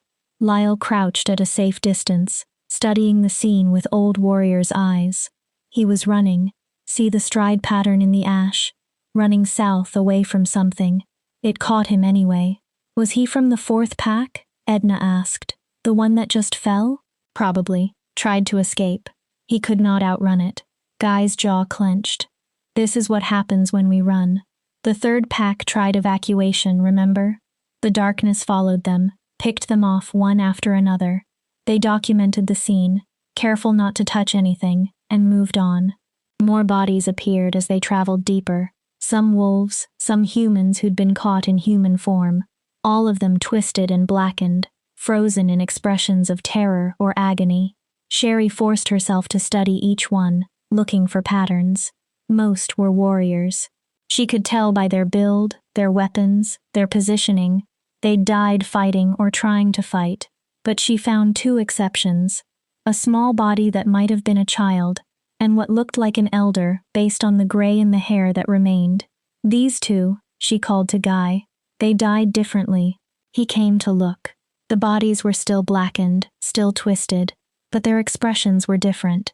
Not terror, more like confusion, as if death had taken them before they fully understood what was happening. The child might have frozen in fear, Guy said slowly, like the survivors described. But then why did he die when other children lived? Maybe he fought at the last second, Teresa suggested. Or maybe his parents tried to protect him, and their power pulled the darkness's attention. The elder, though, Sherry studied the body. He looks like he just stopped. Like whatever was keeping him alive just switched off. Old Lyle from the survivor reports, Mitty said quietly. He wandered the ruins after, confused but alive. This one did not make it. The question is why. They could not answer that. Too many variables, too little information. They pressed on. The sun was setting when they finally saw it. The darkness was not a thing so much as an absence, a void in reality that moved through the forest like smoke, but thicker, more substantial. It was difficult to look at directly. Sherry's eyes kept sliding away from it, refusing to focus on something that should not exist.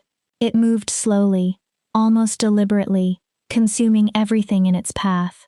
Where it passed, trees blackened and died, ground turned to ash, and the air itself seemed to thin, as if the darkness consumed oxygen along with life.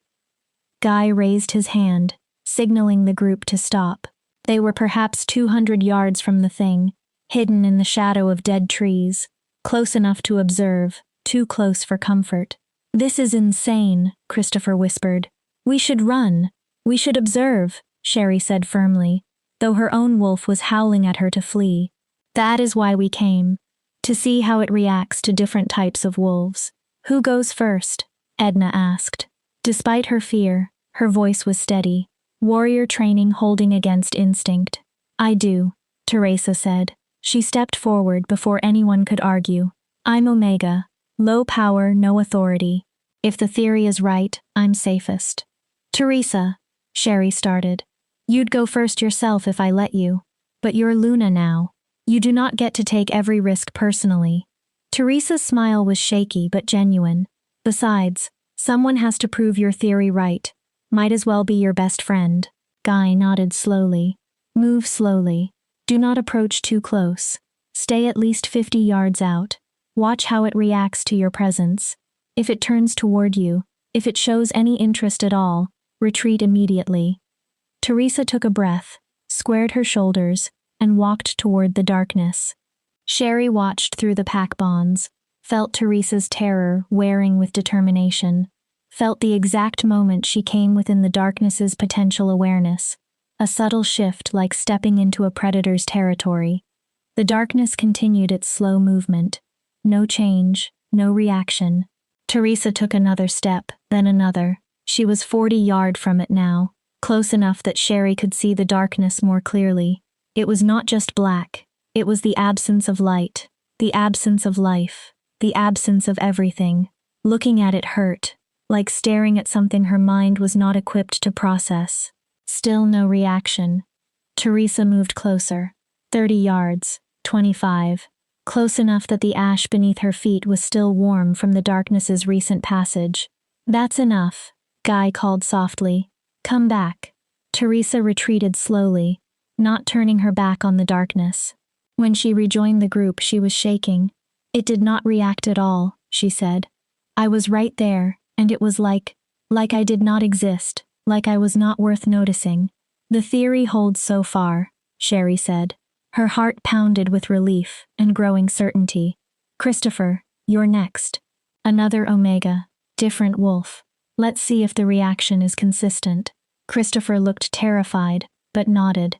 He repeated Teresa's approach, slow, careful, watching the darkness for any sign of interest. Got even closer than Teresa had within 20 yards, before Guy called him back. Same result, Christopher reported. It ignored me completely. They tested the older wolves next. Lyle and Mitzi both approached the darkness. Both were ignored. Their power levels were minimal. Age had stolen most of their dominance, left them barely registering on the supernatural hierarchy. Edna Guy said, You're beta ranked, more power than the others. If the theory is right, this is where we'll see different behavior. Edna stepped forward, visibly steeling herself. She approached the darkness more carefully than the others had, watching it with a warrior's tactical assessment. At 50 yards, nothing happened. At 40 yards, still nothing. At 30 yards, the darkness shifted. It was subtle, just a slight change in movement pattern, a momentary pause in its consumption of the forest, as if something had caught its attention. That's far enough, Guy said sharply. But Edna had already seen the reaction. She backed away quickly, and the darkness returned to its previous pattern of movement. No pursuit, no aggression, just that momentary pause, that flicker of awareness. It noticed me, Edna said when she returned. It did not chase or attack, but it knew I was there. Beta rank is the threshold, Sherry said, her mind racing. Below that, you're beneath notice. At or above it, you register as something worth awareness, even if not worth immediate action. Which means Alpha rank Guy did not finish the sentence. Your turn, Sherry said, but stay farther back than the others. If Beta rank triggers awareness, Alpha rank might trigger aggression. Guy nodded. He walked toward the darkness, and Sherry felt the shift immediately through their connection. The darkness's attention sharpened, focused. At 100 yards, it paused in its consumption of the forest. At 80 yards, it turned. The movement was wrong in ways Sherry's mind struggled to process. The darkness did not have a front or back, did not have eyes or a face, but somehow it oriented itself toward Guy. focused on him with something that felt like hunger. "Guy, stop," Sherry called. "That's far enough." But Guy took another step forward, testing, pushing the boundary. The darkness moved toward him, not fast, but deliberately, purposefully, like a predator that had spotted worthy prey. "Guy, get back here now." Sherry's Luna authority cracked through the command. Guy retreated, moving backward, keeping his eyes on the darkness. It followed for perhaps 20 yards, then stopped, assessed, and slowly returned to its previous path of destruction through the forest. When Guy rejoined them, he was breathing hard. "It wanted me," could feel it through the alpha power, like recognizing, like predator to predator. Except I'm not the predator in this scenario. Alpha rank triggers active interest, Sherry said. Beta rank triggers awareness. Below beta, you're invisible. She looked at the group. The theory is confirmed. Power attracts it. Powerlessness makes you safe. Then what do? Christopher asked. We cannot just stop being powerful. The alpha cannot stop being alpha. No, Sherry agreed. But maybe we can suppress it. Mask it somehow? Make ourselves read as less powerful than we are. How? Edna demanded. Power is not something you can just turn off. Sherry thought about the trial, about becoming Luna, about pack bonds and authority, and the weight of dominance. All of it was supernatural, magical in nature, and magic could be manipulated. We need to understand what it's sensing, she said slowly. Is it physical power, magical power, authority, dominance? If we knew exactly what triggers its interest, we might be able to hide it. We should test that, Teresa said. I could approach it again, but this time project dominance. See if behavior changes when an Omega acts like an Alpha. Too dangerous, Guy said immediately. Everything about this is dangerous. But if we need to know whether it's actual power or perceived power that matters, Teresa's logic was sound. Sherry considered it. The question was crucial. Did the darkness sense inherent power, or could perception and behavior fool it? If an Omega could appear dominant enough to trigger interest, that suggested behavior mattered. If dominance in an Omega still did not register, then it was truly about innate power levels. All right, Sherry said, but stay farther back than before. Project dominance from 50 yards out, just enough for us to see if behavior changes. Teresa nodded. She walked toward the darkness again, but this time her posture was different. Head high, shoulders back, radiating confidence and authority. She was still Omega. Nothing could change that. But she was acting like a wolf who expected obedience, who commanded respect. The darkness did not react at all. Teresa pushed harder, channeling every bit of dominant energy she could manage, walked with purpose. She stood tall, and even let out a low growl of challenge. Nothing. The darkness continued its slow consumption of the forest, completely uninterested in an Omega pretending to be powerful. It's not behavior, Sherry said when Teresa returned. It's not about how you act or what you project. It's inherent power, supernatural ranking, the magic that makes an alpha, a beta. So, we cannot fake our way past it. Guy said grimly. It senses what we actually are, not what we pretend to be.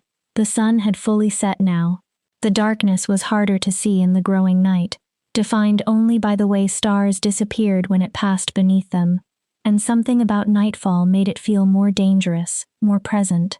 We have what we came for, Van would have said if he were here. Intelligence gathered, theory confirmed. Time to return home.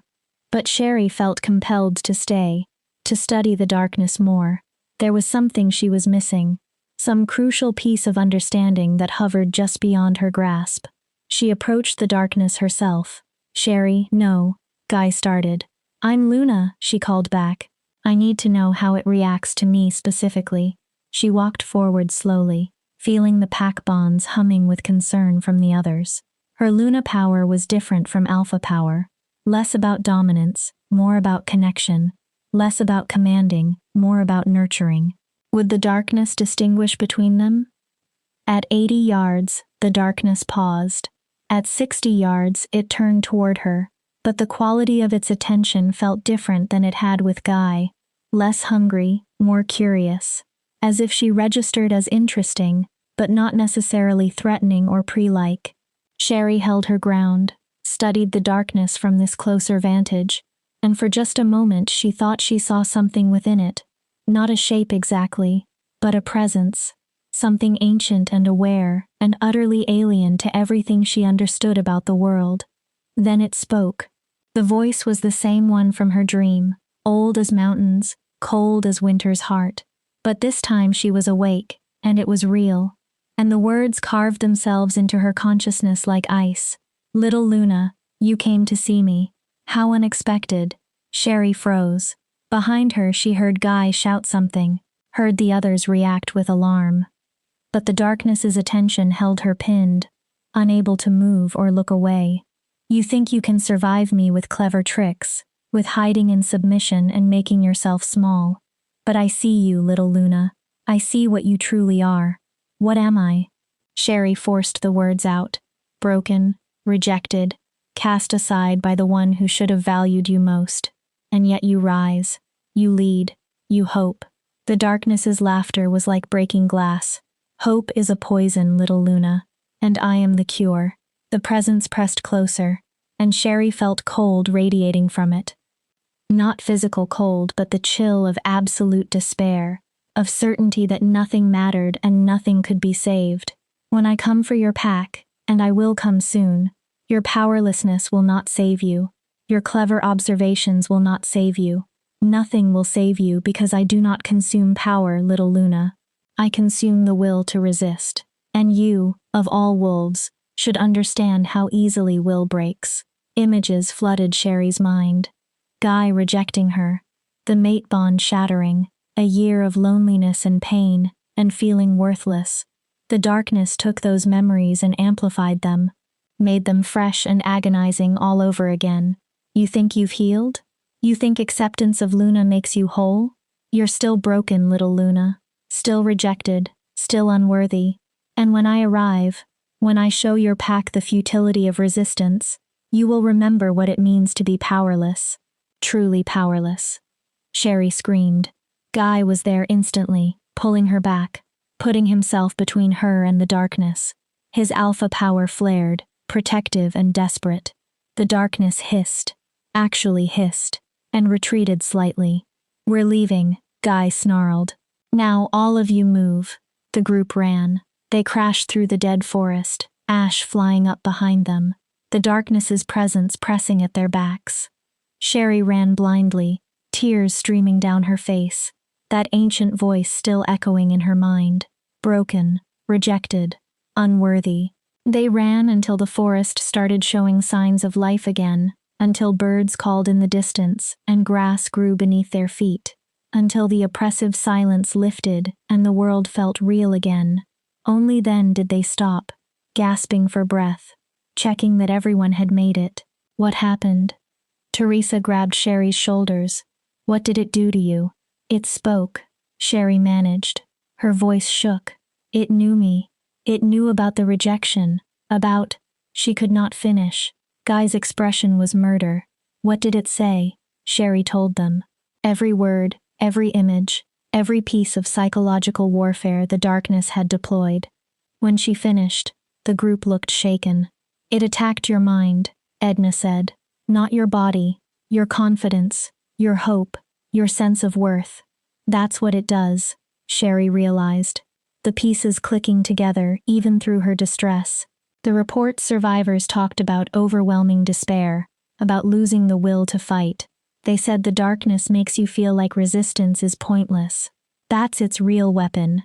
Not physical destruction, psychological destruction. It consumes the will to resist.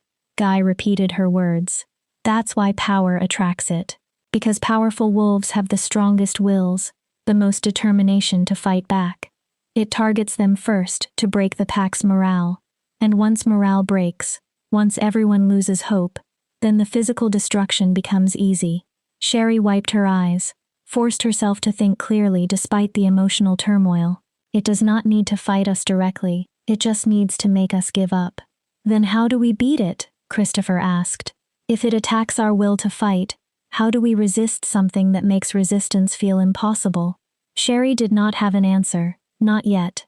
The darkness's words still haunted her, made her doubt everything she'd built since the rejection, made her question her worthiness, her capability, her right to lead. Broken, rejected, unworthy. But she'd felt something else too in that moment, when the darkness spoke to her. Something beneath the despair and the psychological warfare. Fear. The darkness had been surprised that she approached it, had called her appearance unexpected, as if Lunas were not supposed to come looking for threats, as if leadership investigating danger directly was somehow wrong, or contrary to pattern. It does not understand us, Sherry said slowly. The darkness.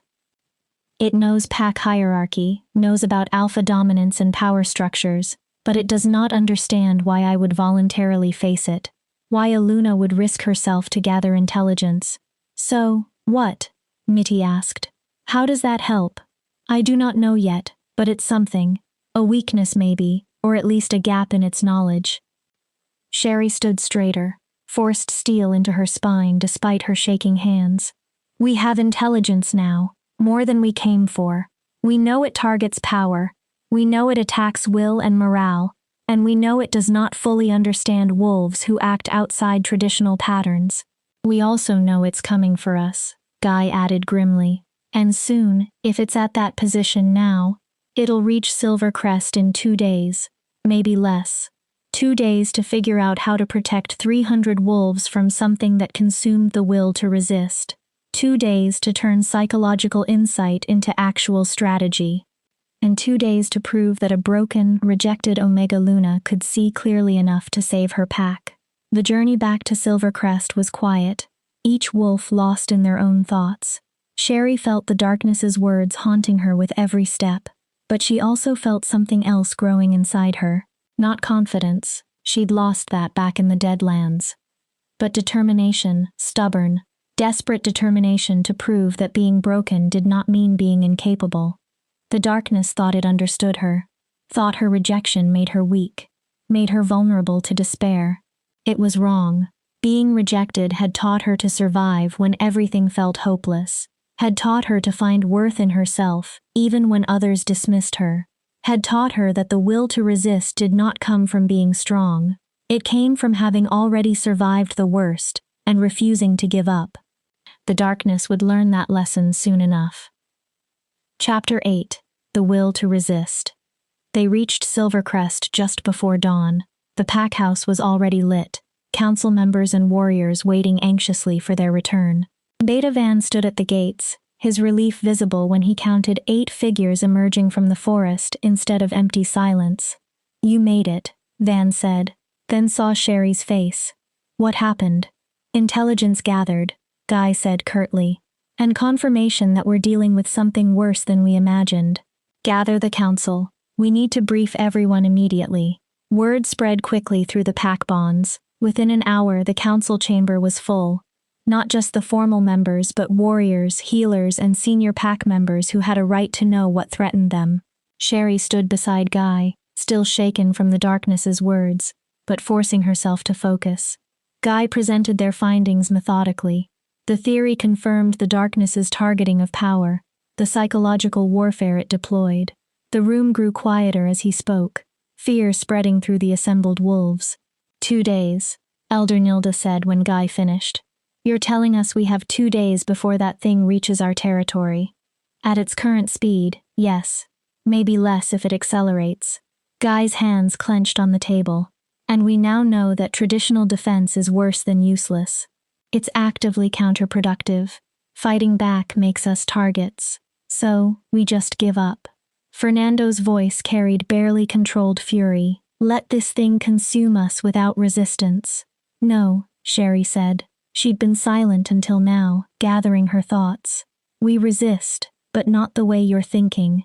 Not with physical combat or magical defense. We resist by refusing to give it what it wants. And what does it want? Patrick Yang demanded. Despair, broken will, the loss of hope that makes resistance feel impossible. Sherry moved to stand where everyone could see her. The darkness does not just consume power. It feeds on the psychological collapse that comes from overwhelming force. It wants us to feel helpless, to believe survival is impossible, to give up before it even arrives. Then how do we resist that? Roseanne asked quietly. How do we maintain hope against something that literally attacks our will to fight? Sherry took a breath. This was the crucial moment, the point where her theory either made sense or revealed itself as catastrophic delusion. We acknowledge what we're feeling, she said. Fear, despair, the sense that this is impossible. We do not hide from those emotions. We accept them because trying to suppress fear just gives it more power over us. You want us to embrace despair? Nilda looked horrified. That's your strategy? No. I want us to acknowledge it without letting it control us. There's a difference. Sherry thought about her year of rejection, about learning to survive when everything felt hopeless. When Guy rejected me, I felt worthless, believed I deserved abandonment.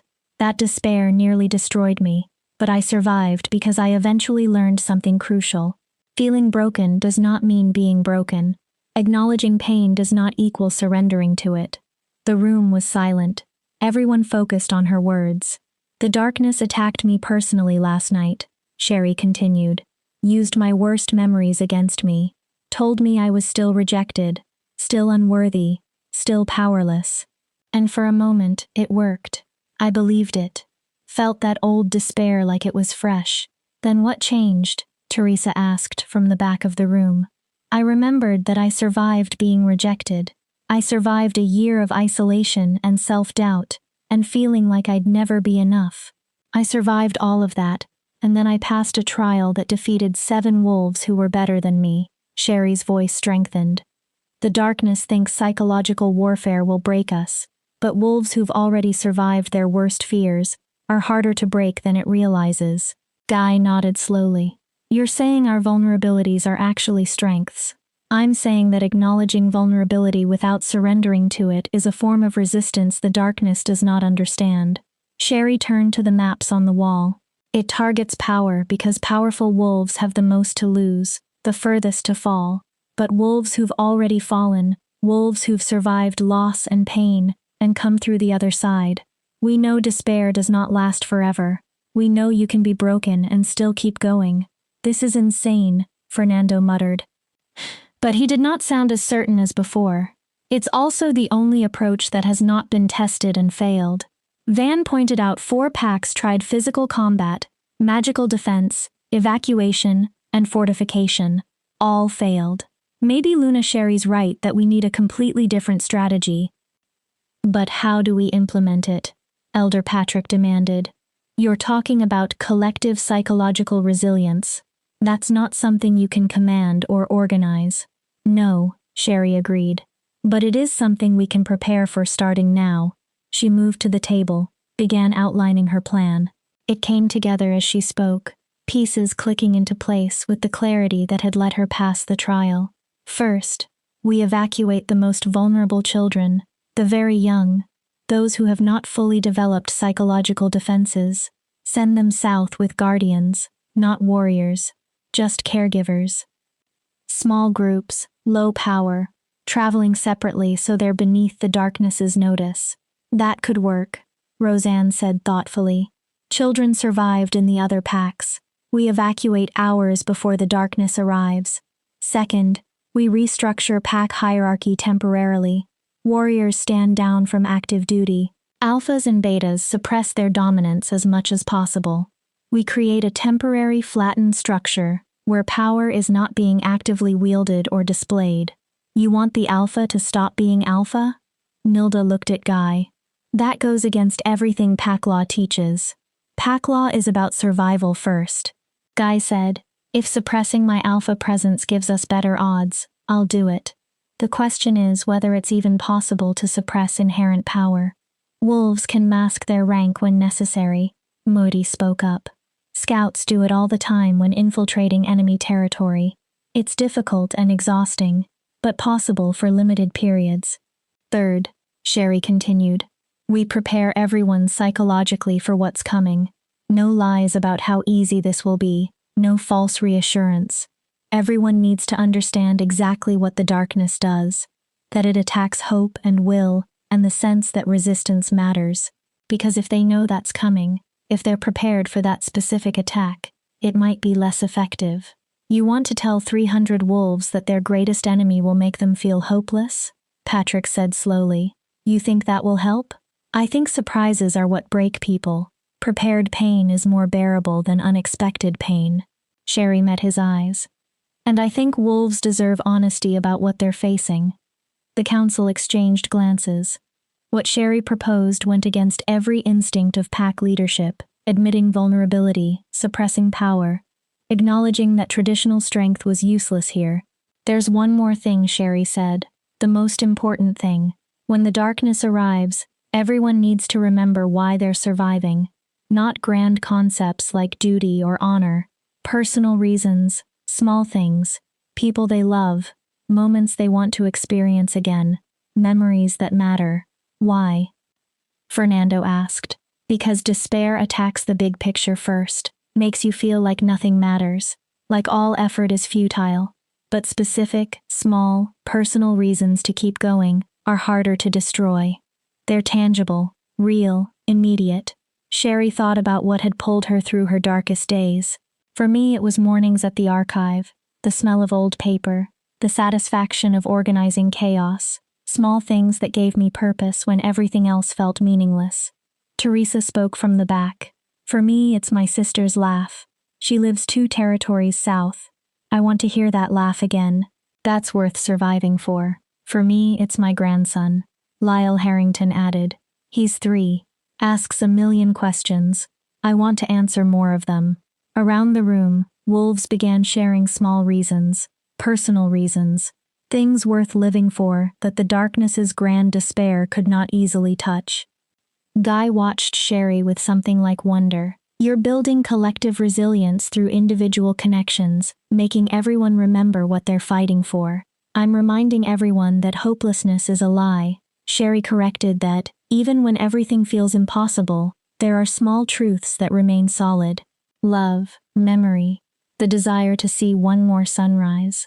Those truths are harder to break than the darkness realizes. This could work, Van said slowly. It's insane, completely contrary to everything we've been taught about pack defense. But it could actually work. Or it could get us all killed, Patrick countered. But even he sounded less certain now. Guy stood. We vote council members only. The question, do we implement Luna's strategy, or do we prepare traditional defense? Traditional defense has 100% failure rate against this threat, Van reminded them. Luna Sherry's strategy is untested. Nilda shot back. We'd be gambling everything on theory. Everything is a gamble at this point, Roseanne said. At least this gamble is based on actual observation and analysis. I vote yes to Luna Sherry's plan. As do I, Van said. Fernando hesitated, then nodded. Yes, against every instinct I have. It is because the Luna is right.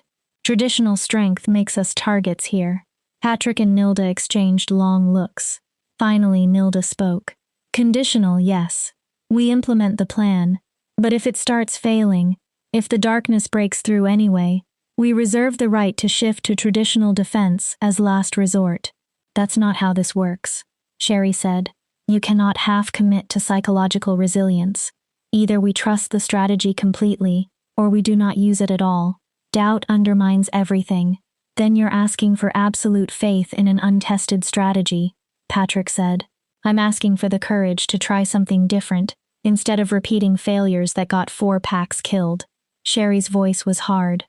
But yes, it requires faith in me, in Guy, in the strategy. Without that faith, it will not work. The council members looked at each other. The weight of 300 lives pressed down on the decision. Yes, Nilda said finally. Full commitment. We implement Luna Sherry's strategy completely.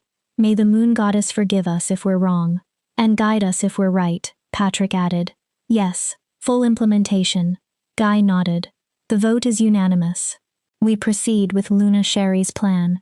He turned to the assembled wolves. Everyone has assignments. Fernando, coordinate the children's evacuation. Roseanne, prepare supply packs for the Guardians. Nothing that displays wealth or power. Van, Start working with ranked wolves on power suppression techniques. Elders, help me brief the pack on what's coming. The meeting broke up, wolves scattering to their tasks. Sherry felt the pack bonds humming with activity, fear mixed with desperate hope that maybe, just maybe, their Luna had seen something the other packs missed. Teresa caught her arm as she left the chamber. That was brilliant. Terrifying, but brilliant. It has to work, Sherry said. Because if it does not, do not think about failure. You just gave everyone a speech about maintaining hope through despair. Practice what you preach. Teresa squeezed her hand. We survived the darkness ignoring us last night. We'll survive it ignoring us when it arrives. It will not ignore everyone. It noticed Edna at beta rank. It definitely noticed Guy and me. Sherry's voice dropped. It spoke to me. Teresa knew my name, knew my history. That thing is aware and intelligent, not just some mindless force. Then we're lucky. Our Luna is also aware and intelligent. Teresa smiled. Go rest. You look like death. We've got one more day to prepare, and you need to be sharp when the darkness arrives. Sherry wanted to argue, wanted to keep working, but exhaustion pulled at her. She'd been awake for over 24 hours, had faced psychological warfare from an ancient evil, and was running on nothing but determination and fear. She made it back to her cottage and collapsed on the bed without undressing. Sleep claimed her immediately, and with it came dreams. She stood in the ceremonial circle again, the night of her rejection. But this time, Guy was not the only one there. The darkness stood behind him, formless and vast, its presence making the moonlight dim. You think you can save them? It whispered. You think your clever observations and psychological insights will protect 300 wolves from inevitability? It's not inevitable, Sherry said. We can resist you. Can you? The darkness moved closer. Tell me, little Luna, when the despair comes, when every wolf in your pack feels the futility of resistance, who will hold them together? You, the rejected Omega who barely holds herself together? I survived rejection. That's more than you understand. You survived by hiding, by making yourself small and insignificant, by accepting that you were not worthy of love or leadership. The darkness laughed. And now you're Luna, pretending that title makes you whole. But you know the truth. You're still that broken Omega, still unworthy, still rejected. The circlet on your head changes nothing. You're wrong. Sherry forced the words out. Being broken taught me how to survive. Being rejected taught me that worth does not come from others' acceptance. You think those experiences make me weak, but they're exactly why I can resist you. We shall see. The dream shifted. She saw Silvercrest territory consumed by darkness, saw her pack falling one after another to despair, saw wolves giving up, laying down, accepting death as inevitable, saw Guy's eyes go hollow as hope drained away, saw Teresa stop fighting, stop caring, stop believing survival was possible, saw herself standing in the ashes alone, the last wolf awake in a territory of the broken. This is your future, little Luna. This is what you're leading your pack toward. Failure, death. Proof that clever strategies mean nothing against ancient power. No. Sherry's voice was small but steady. This is what you want me to believe, but I will not. We will not. Such certainty from one who has been so thoroughly broken. Such faith from one who is cast aside. I almost admire it. The darkness pressed closer. But admiration will not save you. Nothing will save you. I am inevitable as winter, as death, as despair itself. And you, little Luna, are just one small wolf trying to hold back the tide. Then I'll drown trying, Sherry said. Because that's what survivors do. We keep fighting even when fighting seems pointless. We keep hoping even when hope seems foolish. We keep surviving because the alternative is giving up, and we've already survived too much to surrender. Now the darkness was silent for a long moment. Then you are more interesting than I anticipated. I look forward to breaking you personally. Sherry woke, gasping. Outside her window, the sun was setting. She'd slept the entire day away, exhausted by the previous night's expedition. The pack bonds hummed with activity, preparations continuing, children being evacuated. wolves learning to suppress their power signatures. One day left, maybe less. Sherry dressed in practical clothes, splashed water on her face, and headed to the pack house. Guy was in his office studying maps and reports. "You're awake," he said. "Good. We've made progress on evacuations. 37 children and their guardians left in small groups throughout the day. They're traveling separately, each group taking different routes south." "Good. How's the power suppression training going?" "Harder than expected. Warriors especially are struggling with it. Dominance is so ingrained in their identity that suppressing it feels like denying fundamental parts of themselves." Guy rubbed his eyes. "Van's working with them, but it's slow going. It does not have to be perfect, just enough to reduce their power signatures, make them less obvious targets." Sherry moved to the maps. "Where's the darkness now?" Guy pointed to a mark on the northern border. "Last scout report came in an hour ago. It's moving faster than before. We'll reach our territory by tomorrow morning. Maybe dawn, maybe mid-morning, but soon." "Tomorrow?" The word hung heavy between them. "How are you doing?" Sherry asked. "Really? Not as alpha as Guy." He looked at her and she saw exhaustion and fear and grim determination. Terrified. Trying not to show it because the pack needs confident leadership, but terrified. "Good. Fear means you understand what we're facing. False confidence would be worse." Sherry sat in the chair across from his desk. "The darkness spoke to me again. In dreams, said it looks forward to breaking me personally. Sherry, I'm telling you because you need to know. If tomorrow comes and the darkness targets me specifically, if it tries to break me in front of the pack, you need to be prepared for that. Need to be ready to hold everyone else together if I fall apart." Guy's expression was fierce. "You will not fall apart. I might. That thing knows exactly how to hurt me, knows which memories to weaponize. I'm strong, but I'm not invulnerable." Sherry met his eyes. "That's what I'm trying to teach the pack. That acknowledging vulnerability is not surrender, that you can be afraid and still resist. That being broken does not mean being defeated. You're the strongest wolf I know," Guy said quietly. "Not because you're unbreakable, because you've been broken and kept going anyway." Something shifted between them, not romance. That ship had sailed and sunk. But partnership, understanding, the recognition that they'd both been broken by circumstances, by prophecies, by choices that seemed right at the time and proved catastrophic, and they'd both survived anyway. "Tomorrow," Sherry said, "we face it together. Alpha and Luna united." "Together," Guy agreed. "Whatever comes." They worked through the night, finalizing preparations. Beta Van coordinated watch schedules. Fernando positioned warriors in support roles rather than defensive ones. They would not fight the darkness, but they could help maintain pack cohesion, keep wolves calm, prevent panic. Roseanne prepared medical supplies for psychological trauma as well as physical injuries, and throughout the territory, 300 wolves prepared to face something that had destroyed 4 packs. Dawn arrived far too soon. Sherry stood on the pack house balcony watching the sky lighten. The pack bonds hummed with fear, but also with determination. Her wolves, her responsibility, her pack to protect or fail. "It's here," Guy said from behind her. Sherry did not ask how he knew. She could feel it through the pack bonds, a disturbance on the northern border, a coldness spreading through the territory, the sense of wrongness that preceded the darkness's arrival. She descended to the main square where the pack had gathered. 300 wolves minus the children who'd been evacuated. 300 lives depending on her strategy being right. "Listen to me," Sherry said, her Luna voice carrying across the square. "What's coming will try to break your will, will make you feel like resistance is pointless, like survival is impossible, like everything you care about is already lost. That's its weapon, not claws or teeth or physical violence, despair." The pack was silent, fear rippling through the bonds. "You're going to feel that despair," Sherry continued.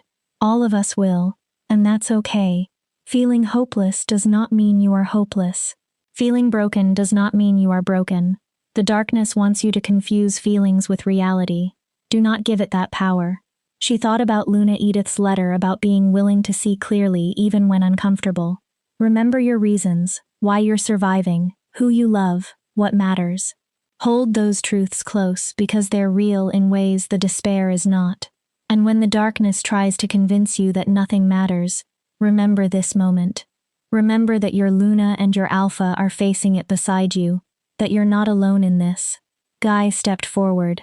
The darkness is here. It's crossing our northern border now. Everyone, suppress your power. Warriors, stand down. Ranked wolves, mask your dominance.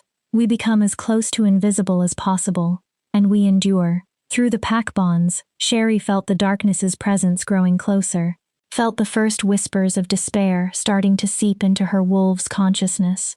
The test had begun, and Silvercrest's survival depended on 300 wolves learning to resist by refusing to fight. The darkness arrived like a slow-moving storm.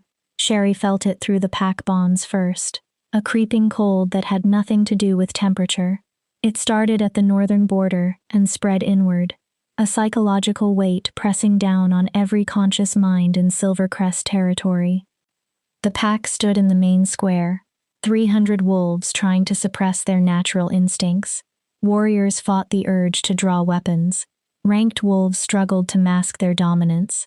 And everyone felt the first tendrils of despair curling into their thoughts. Why resist? It's pointless. You've already lost. Sherry recognized the darkness's voice, even though it spoke inside her mind rather than aloud. The same ancient presence from her dreams, from the Deadlands, now pressing against every wolf in her pack simultaneously. Hold steady, Guy said quietly. His alpha power was suppressed, reduced to barely a flicker. It made him look diminished somehow, smaller than he should be. But Sherry felt his determination through their connection. Remember your reasons. Remember why you're enduring this. Through the pack bonds, Sherry monitored her wolves. Some were handling it better than others. The Omegas, used to being dismissed and overlooked, found power suppression easier. The warriors struggled most. Dominance was so core to their identity that hiding it felt like denying their own existence. Fernando stood near the square's edge, his face drawn tight with effort. Beside him, several younger warriors were shaking, fighting their instincts to shift, to fight, to do something rather than just standing there vulnerable. Fernando, Sherry called quietly, tell them about your daughter, the one who was evacuated this morning. Fernando blinked, focused on her. What? Your daughter? Why you want to survive this? Tell them. Understanding crossed his face. Her name is Autumn. She's 6. Obsessed with butterflies. Collects them in drawings she makes. His voice steadied as he spoke. Before she left this morning, she made me promise to be here when she comes home to see her new drawings. That's why I'm surviving this for butterfly drawings and a 6-year-old's promises. The warriors near him visibly settled. Small reasons, personal reasons, anchors against the rising tide of despair. The darkness moved closer. Sherry could see it now at the edge of the territory, the same formless void she'd witnessed in the Deadlands, consuming trees and ground as it advanced. But slower here, more cautious, as if it sensed something different about Silvercrest. Interesting, that ancient voice murmured in Sherry's mind. You're hiding, suppressing your power like frightened prey. Did you think that would save you, little Luna? We're not hiding, Sherry said aloud, though the words were meant for the darkness. We are choosing not to engage. Same thing, fear dressed up as strategy. No, fear would be running. Fear would be fighting mindlessly. This is deliberate resistance through non-resistance. The darkness laughed and the sound carried through every wolf's consciousness. Several pack members whimpered. A young warrior dropped to his knees, overwhelmed by the psychological pressure. Stand up, Van said firmly, moving to help the warrior. Remember your training. Pain is temporary. This feeling of helplessness is temporary. What matters is that you keep standing. The warrior struggled to his feet, leaning on Van for support. The darkness reached the main square. It was like being submerged in ice water. Cold, shocking, absolute. The psychological pressure intensified 100-fold. Despair crashed over the pack like a physical wave. Nothing matters. Your pack will fall. Your loved ones will die. Your resistance is meaningless. Give up. Accept the inevitable. Let go. Wolves collapsed throughout the square, not physically attacked, just overwhelmed by the certainty that survival was impossible. Sherry felt their anguish through the pack bonds. 30 wolves down, then 40, then 50. Not dead, just broken by hopelessness.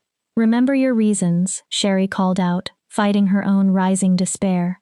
Fernando's daughter drawing butterflies. Limey's grandson asking questions. Teresa's sister's laugh. Hold on to those truths. Truth? The darkness swirled closer to Sherry. Shall I tell them the truth, little Luna? That you're a rejected Omega pretending to be a leader?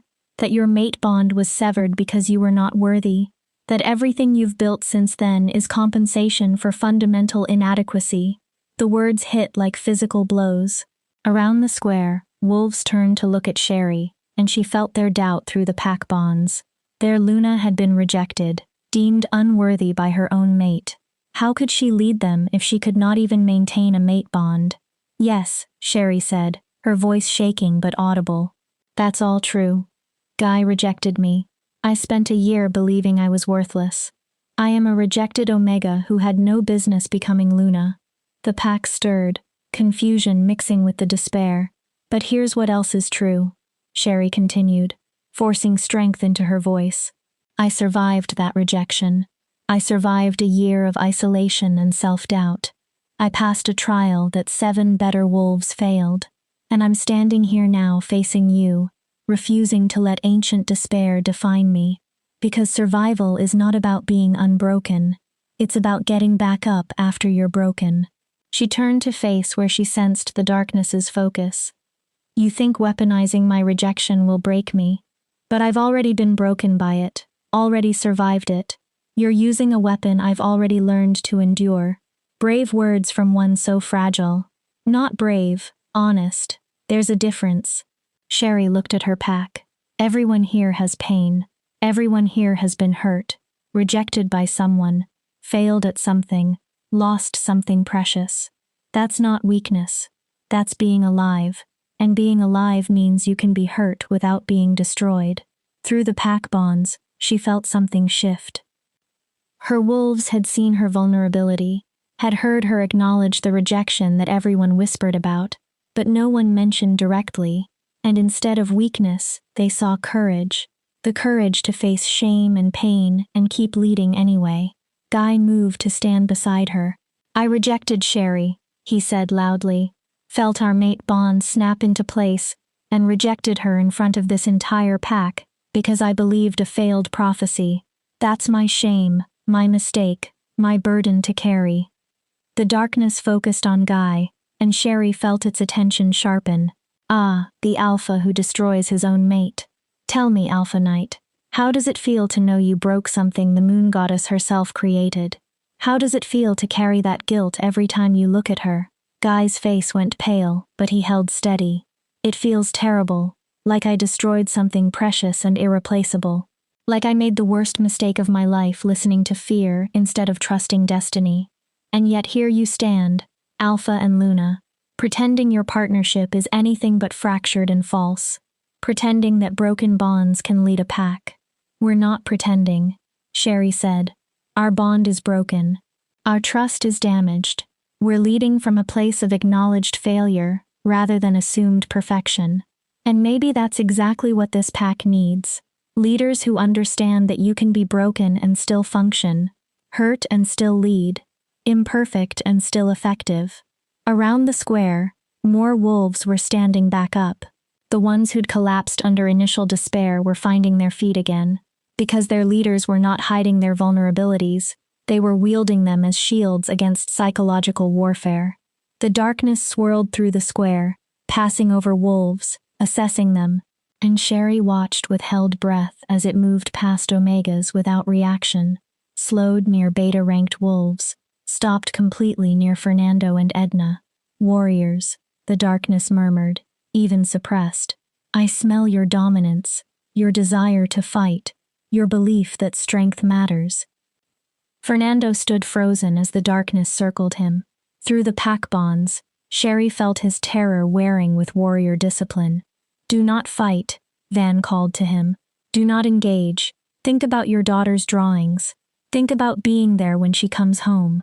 Your daughter, the darkness said to Fernando directly. Safe in the south, you believe. But what's to stop me from following her scent? From finding every evacuated child and consuming them in front of their guardians? Your protective instincts mean nothing against ancient power.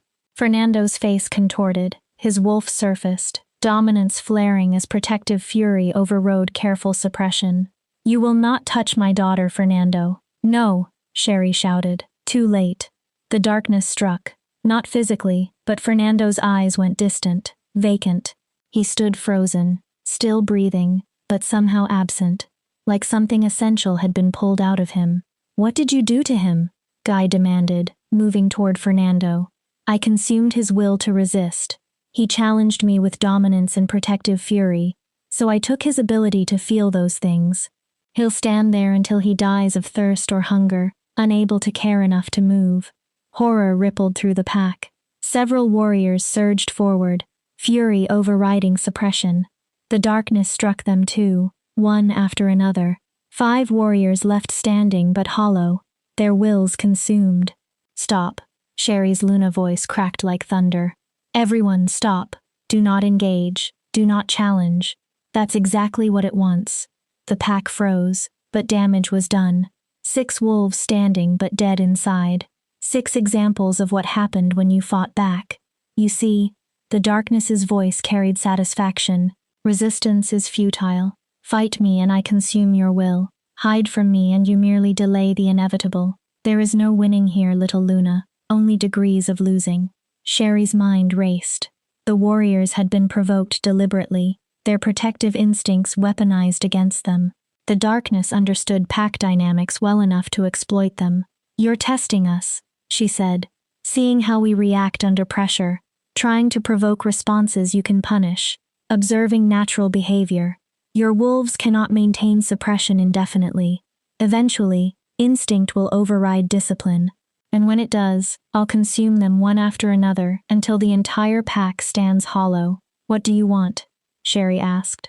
Really? Why attack the packs at all? What's your purpose? The darkness paused. For a moment, Sherry thought it would not answer. Then I am reclamation. I am the return to what was. Before packs, before civilization, before wolves learned to suppress their wild nature with laws and hierarchy, there was chaos. Pure, beautiful chaos where only the strongest survived and the weak perished as they should. I am bringing that truth back. So, you're destroying packs to what? Return wolves to pre-civilization. I am destroying the lie that organization and community make you strong, that bonds and loyalty matter more than individual power.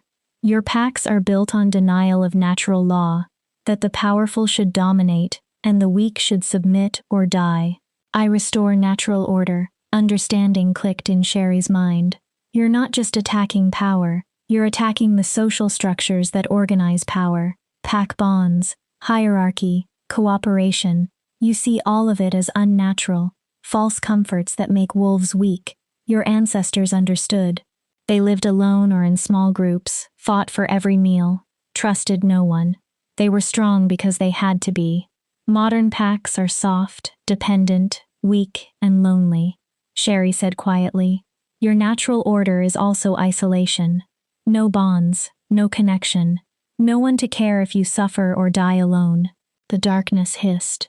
Sentiment. Weakness disguised as strength. No, connection is what makes survival bearable, what makes it meaningful. Sherry looked at her pack. Frightened wolves standing together despite terror, holding on to each other through bonds the darkness wanted to destroy.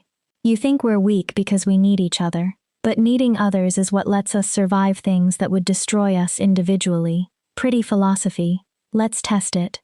The darkness surged forward and suddenly Sherry felt it pressing directly against her mind. Not attacking her will like it had the warriors. Something different, something more targeted. You want to talk about connection, about bonds that matter? Let me show you what your precious bonds really are. Images flooded Sherry's consciousness. Guy rejecting her while the pack watched. The exact moment the mate bond shattered, replayed in agonizing detail. Every wolf's face as they looked away, embarrassed by her pain, relieved it was not them being cast aside. Her mother's sad visits, pity mixing with shame that her daughter had been rejected. The unspoken question, what did you do wrong to lose your mate? A year of isolation in the cottage, of being unseen by everyone considered important, of pack bonds connecting her to wolves who'd rather forget she existed. Every moment of inadequacy, every flash of self-doubt, every night spent wondering if Guy had been right to reject her, because she truly was not worthy. The darkness took those memories and amplified them, made them fresh and raw and unbearable. Sherry fell to her knees, gasping, drowning in remembered pain. Your bonds hurt you, the darkness whispered. Your pack rejected you. Your mate destroyed you. Connection is just another word for vulnerability that others exploit. Isolation would have been kinder. No, Sherry managed. Isolation would have killed me. You wanted to die. I feel that memory. Nights when you considered just stopping, letting the rejection break you completely.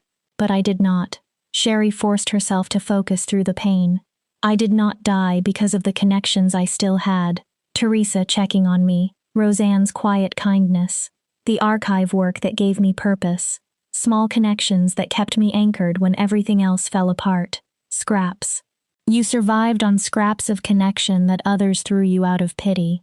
I survived. That's what matters. Not how gracefully, not with what support, just that I endured and came through the other side. Sherry looked up at where she sensed the darkness's focus. You can show me my worst memories forever, can make me relive every pain, every rejection, every moment I wanted to give up, but I already survived all of that once. Doing it again just proves I can endure more than you thought possible. The darkness pulled back slightly. Interesting. You use past survival as shield against present despair. Clever for one so broken. Not broken. Reconstructed. Sherry stood on shaking legs. There's a difference. Broken things fall apart. Reconstructed things are put back together deliberately, consciously, knowing exactly where the cracks are and choosing to continue anyway. Through the pack bonds, she felt her wolves responding to her words. Teresa was crying but standing.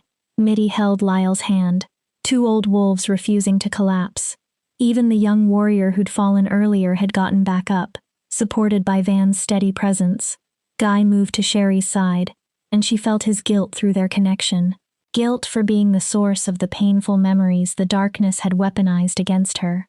Do not, she said quietly. Your guilt does not help anyone right now. I gave it ammunition to hurt you. You gave me a year of learning to survive pain. That's what saved me just now. Not avoiding hurt, but knowing I could endure it. Sherry straightened her Luna circlet, which had shifted when she fell. We're all giving the darkness ammunition by having lived, by having been hurt. The question is whether we let old pain destroy us or prove we're stronger than it realized. The darkness moved through the square again, testing wolves randomly. It would focus on someone, press against their mind, try to find the vulnerability that would break them. Some wolves fell. Most stood. The pack was learning not to avoid pain, but to endure it without surrendering. Hours passed. The sun climbed toward noon. The psychological pressure never relented, but the pack adapted. Wolves shared their reasons for surviving, reminded each other of what mattered, held steady through waves of induced despair. The darkness seemed frustrated, as if this was not going according to its expectations. You endure, it finally said. Interesting. The other packs broke within hours. Your warriors fell to protective fury. Your alphas fell to the burden of leadership. Your omegas fell to the certainty of their own worthlessness. But Silvercrest stands. Why? Because we're honest about being broken, Sherry said. The other packs tried to be strong, to maintain perfect unity, to present confidence they did not feel. We admitted our vulnerabilities from the start. Hard to break something that's already broken and repaired. Clever, but endurance has limits. How long can you maintain this? Days? Weeks? I have time beyond measure. I can wait for your resolve to crack. Then wait, Guy said. Well, be here, will you? Your warriors stand hollow already. Your Luna admits to being rejected and broken. Your pack bonds are strained by fear and doubt. How much endurance do you truly have before the cracks become breaks? It was a good question. Sherry could feel the strain through the pack bonds, wolves reaching their limits, exhaustion and fear wearing down resistance. They'd survived the initial assault, but could they survive hours more? Days? We'll find out together, Sherry said, because that's what packs do. We endure together, support each other, share the burden so no one has to carry it alone. Sentiment again. I should consume your will right now, little Luna. Show your pack what happens to leaders who rely on philosophy instead of power. You could, Sherry agreed. But you have not. Why? Silence. The darkness swirled but did not strike. You're curious, Sherry realized. We're doing something different from the other packs, responding in ways you did not expect, and you want to understand it before you destroy us. I want to understand why broken wolves think they can stand against ancient power, why a rejected Omega believes she can lead others through despair when she could barely survive her own. Because I did survive my own, that's the whole point. I'm not theoretical about surviving hopelessness. I have practical experience with it, and now I'm teaching that experience to my pack. The darkness pressed closer to Sherry again, and she felt its attention focusing with terrible intensity. Then let's truly test that experience. Let's see if surviving rejection prepares you to survive watching everything you've built fall apart. Before Sherry could react, the darkness surged outward, touching every wolf in the square simultaneously. The pack bonds flared with agony as 300 wolves experienced personalized despair, each one facing their worst fear, their deepest pain, their most profound loss all at once. Sherry felt it through the Luna bonds. She felt her wolves breaking, falling, giving up under the weight of concentrated psychological warfare, and realized the darkness had been holding back until now, assessing them, learning their vulnerabilities, preparing for this moment when it would strike with precision instead of brute force. Her pack was collapsing, and Sherry had perhaps seconds to find a way to save them. Chapter 10: The Heart of Resistance. 300 wolves fell to their knees simultaneously. Sherry felt it through the pack bonds, a cascade of breaking will, of hope draining away like water through shattered glass. The darkness had learned their individual vulnerabilities through hours of testing, and now it struck with surgical precision. Teresa collapsed, sobbing. Through their bond, Sherry felt her friend's despair, visions of her sister dying alone, unreachable, the laugh Teresa would never hear again. Lyell crumpled beside his grandson's imagined corpse, the questions forever unanswered. Young Christopher stared at nothing, convinced he'd never mattered, never would matter, that his existence was as insignificant as the darkness claimed. One by one, her wolves surrendered to personalized nightmares. Not dead, worse, hollow, convinced that resistance was meaningless and survival was not worth the effort. Guy stood beside Sherry, still upright, but shaking. We're losing them. Sherry, we're losing everyone. I know. Sherry's voice was steady, despite the terror flooding through her. The darkness learned our individual weaknesses. Now it's exploiting all of them at once. Precisely, the ancient voice said with satisfaction. I told you endurance has limits. Your wolves are strong, stronger than most. But everyone breaks eventually when faced with their worst fears made manifest. Sherry looked at her fallen pack, 300 wolves drowning in despair, the Luna bonds connecting her to each one carrying their individual agonies directly into her consciousness. She felt their pain, their certainty that nothing mattered, their desire to simply stop fighting and let the darkness take them. It would be easy to fall too, to let the weight of 300 breaking minds pull her down, to surrender to the inevitability the darkness promised. But Luna Edith's words echoed in her memory. Being Luna is not about being perfect. It's about being willing to see clearly, even when the truth is uncomfortable. Sherry looked at the darkness, really looked with the clear sight that had let her pass the trial, and she saw something the darkness had not intended to reveal. You're afraid, she said quietly. The darkness stilled. I fear nothing. I am inevitability made manifest. No, You're afraid of what we represent, of pack bonds and connection, and the idea that wolves do not have to be isolated to be strong. Sherry's mind raced pieces clicking together. That's why you attack packs specifically, why you target organized groups instead of lone wolves. You're not trying to restore natural order. You're trying to destroy something that threatens you. Ridiculous. What could threaten ancient power? Connection that survives despite pain. Bonds that hold even when broken. The stubborn refusal to give up on each other even when giving up would be easier. Sherry took a step toward where she sensed the darkness's center. You consume individual will because you cannot touch shared will. You can break one wolf at a time, but you cannot break the bonds between them. That's why you worked so hard to learn our vulnerabilities. You needed to attack us individually because attacking us collectively does not work. Philosophy will not save your pack. They're already broken. No, they're breaking.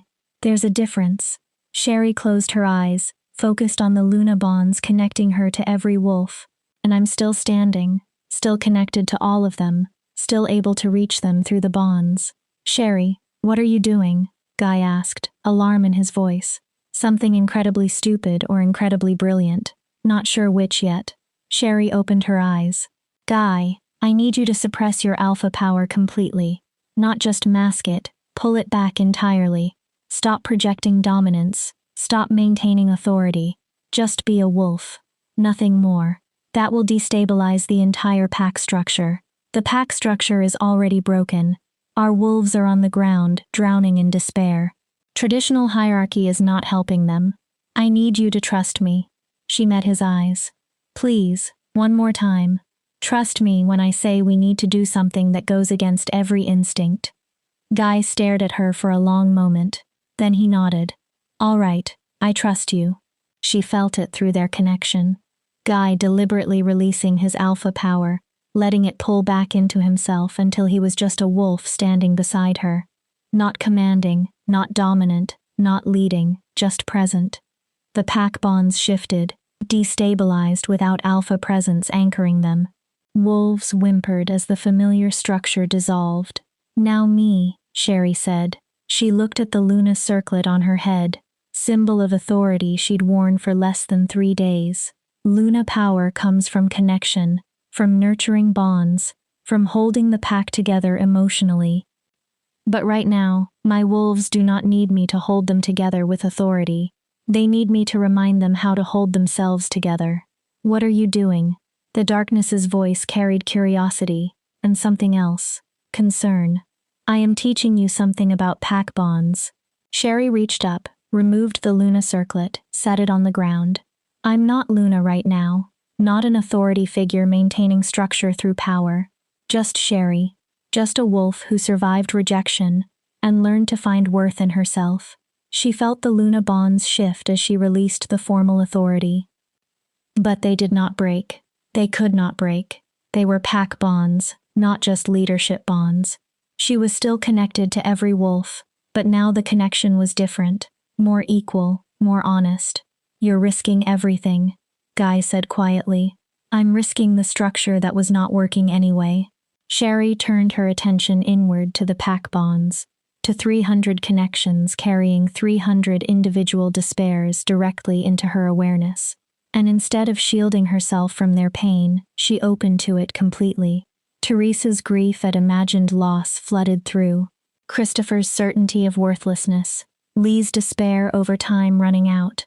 Fernando's horror at failing to protect his daughter. Every individual nightmare, every personal terror, every wolf's worst fear.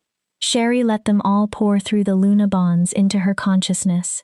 It was agony, like drowning in collective despair, like being torn apart by 300 different kinds of pain simultaneously. Sherry's knees buckled, her vision blurred. The weight of so much suffering was physically crushing. Sherry! Guy caught her as she fell. Do not stop me, she gasped. This is the only way. Because she'd realized something crucial. The darkness attacked individuals, broke them one after another, by making each wolf feel isolated in their pain, alone in their despair, convinced that no one else could understand their specific agony. But Luna bonds connected everyone. Through her, The pack could feel each other's pain, not as separate agonies, but a shared experience. Sherry stopped trying to shield or filter the emotions flowing through the bonds. Instead, she amplified them, broadcast them, let every wolf feel not just their own despair, but everyone else's too. Through the bonds, Teresa felt Christopher's fear of meaninglessness and recognized her own fear of insignificance. Christopher felt Lyle's grief over time, lost and understood his own anxiety about wasted potential. Lyle felt Fernando's terror of failing those he loved and knew his own fears of inadequacy. Every wolf experienced their pain validated by others feeling similar pain. Every individual nightmare revealed itself as a variation on universal fears: loss, worthlessness, isolation, failure. You could not feel so alone in your despair when you felt 300 other wolves experiencing versions of the same thing. The darkness noticed the shift. "What are you doing? Stop. I'm showing my pack that they're not alone," Sherry said through gritted teeth. That worst fears are not unique, that everyone breaks sometimes. Everyone feels worthless sometimes. Everyone fears inadequacy and loss and death. You're overwhelming them with collective pain. I'm showing them that pain is survivable. That what feels unbearable alone becomes bearable when shared. Sherry forced herself upright, blood trickling from her nose from the strain of channeling so much emotional intensity. You worked so hard to break each wolf individually, to make them feel isolated in their suffering. But you forgot something crucial about pack bonds. What shared pain hurts less than isolated pain. Collective grief is more bearable than personal grief. When you know others feel what you feel, understand what you're experiencing, survive the same nightmares, you realize you can survive too.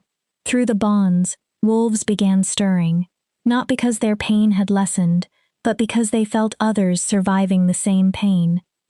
Teresa pushed herself up, tears still streaming but eyes clearing.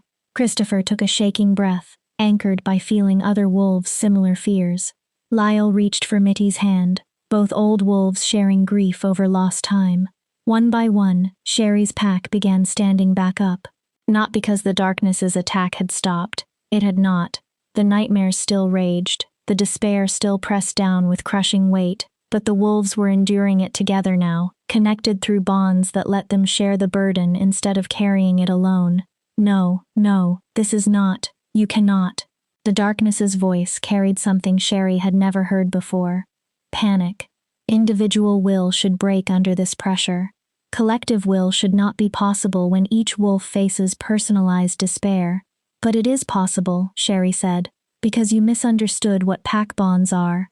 They're not just hierarchy and structure and authority, they're shared experience. Empathy, the knowledge that you're not alone, even in your worst moments." The darkness surged toward Sherry specifically, and she felt its full attention focused on her like a physical weight. "Then I'll break you, little Luna. Break the center of those bonds and watch them collapse without you holding them together. I'm not holding them together through power. I'm just reminding them how to hold each other." Sherry smiled despite the pressure crushing down on her. "You can break me, but you cannot break 300 connections simultaneously. And even if you consume my will, the bonds remain. The pack remains. They'll survive without me if they have to. Impossible. Every pack has failed once the Alpha or Luna falls, because they relied on authority to maintain structure. We're relying on connection, on each wolf choosing to stand for themselves and for each other." Sherry felt her wolves through the bonds. Still afraid, still in pain, but standing together. That's the difference between us and the packs that fell. We admitted we were broken from the start. We did not try to maintain false strength or perfect unity. Just acknowledge that we're all damaged and choosing to survive anyway. Guy moved to stand beside her. "She's right. You picked the wrong pack to try to break with isolation and individual despair. We're all rejected in some way. All broken. All familiar with surviving pain that should have destroyed us." Through the bonds, Sherry felt her wolves' agreement. Fernando's shame about briefly falling. Teresa's year of watching her friends suffer. Christopher's lifetime of feeling insignificant. Lyle and Mitty's grief over warriors they'd outlived. Van's guilt about times he'd failed as Beta. Edna's fear that she'd never be more than adequate. Everyone carried pain. Everyone had been broken by something. And instead of hiding those breaks, they were using them as proof that breaks could be survived. The darkness pulled back slightly, and Sherry felt it reassessing, recalculating. You've endured longer than expected, adapted in ways I did not anticipate. But endurance is not victory. I can wait. Compress this assault for days, weeks if needed. Eventually, your wolves will exhaust themselves maintaining this connection. Eventually, someone will break completely, and the collective will fragment. Maybe, Sherry admitted. We're not invincible. We're not even particularly strong by traditional measures, but we're stubborn, and we have reasons to keep standing. She thought about Fernando's daughter and her butterfly drawings, about Teresa's sister's laugh, about Lee's grandson's questions, about all the small, specific, personal reasons 300 wolves had chosen to survive. You said you're trying to restore natural order, Sherry continued, that bonds and cooperation make us weak. But you're wrong. Connection is what makes survival meaningful, what makes enduring pain worthwhile. You're offering us individual strength through isolation. We're choosing collective resilience through connection, philosophy, experience. I'm a rejected Omega who survived by finding small connections when the big one failed.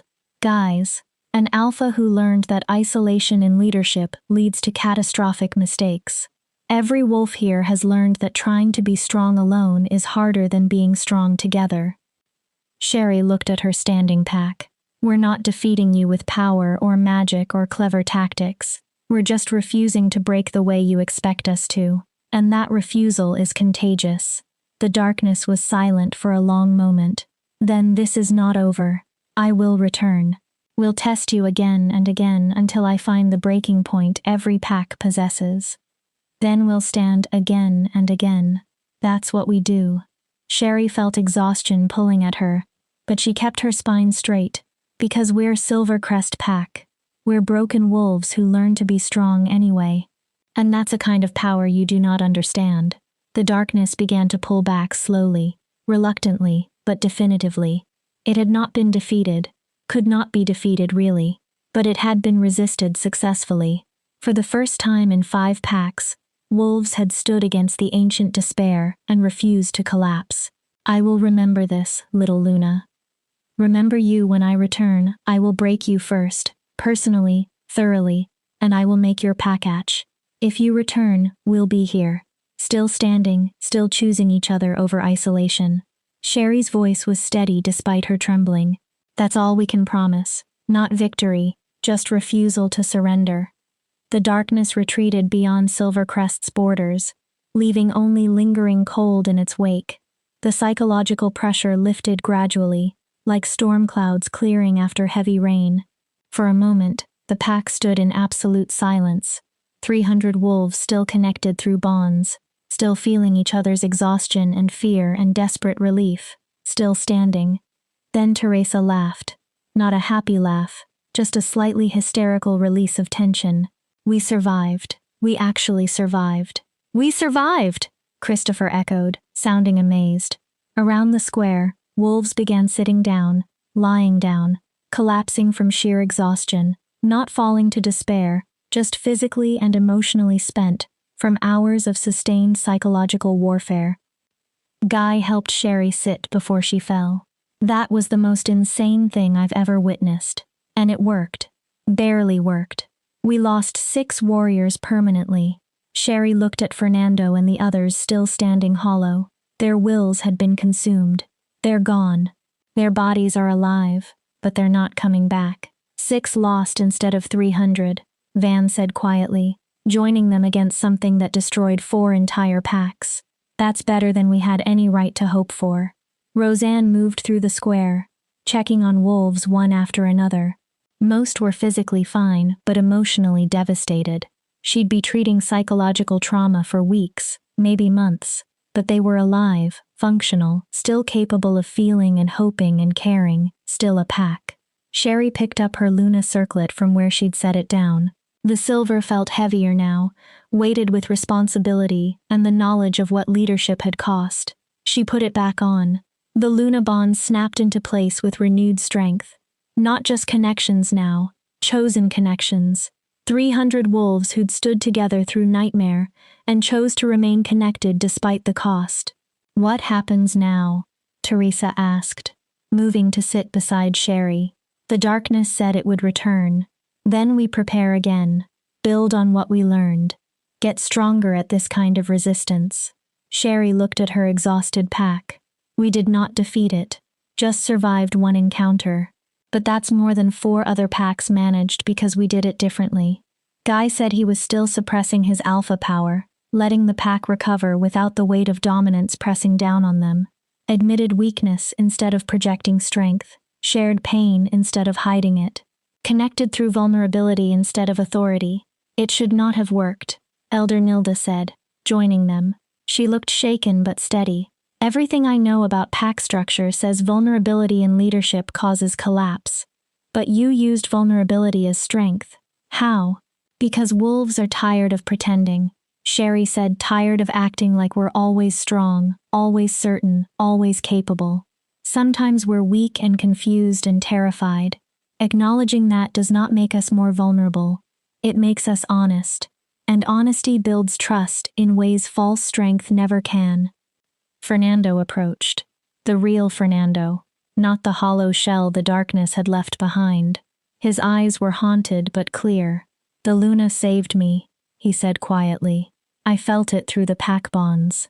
When the darkness consumed my will, when I was empty, I felt the collective pull. 300 wolves surviving their own nightmares, and that survival gave me something to hold on to. Just enough to resist complete consumption. I thought you were gone, Sherry said. Thought the darkness had taken you permanently. It did, but you built something stronger than individual will. Collective will brought me back. Fernando knelt before her, a head warrior showing respect to an Omega Luna. I doubted you. Thought suppressing power was cowardice. I was wrong. What you built today shared resilience through connection.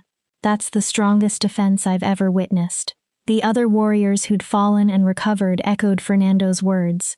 What should have been permanent damage had been partially reversed by pack bonds carrying shared will strong enough to pull them back from the void.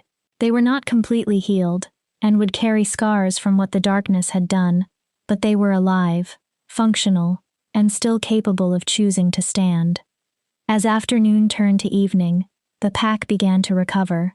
Wolves shared food, checked on each other, told stories about what they'd experienced and how they'd survived.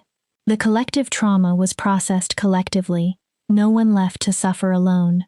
Sherry felt it through the Luna bonds, her pack knitting itself back together, not through hierarchy or authority, but through genuine care and connection. What the darkness had tried to destroy had emerged stronger, tempered by shared ordeal.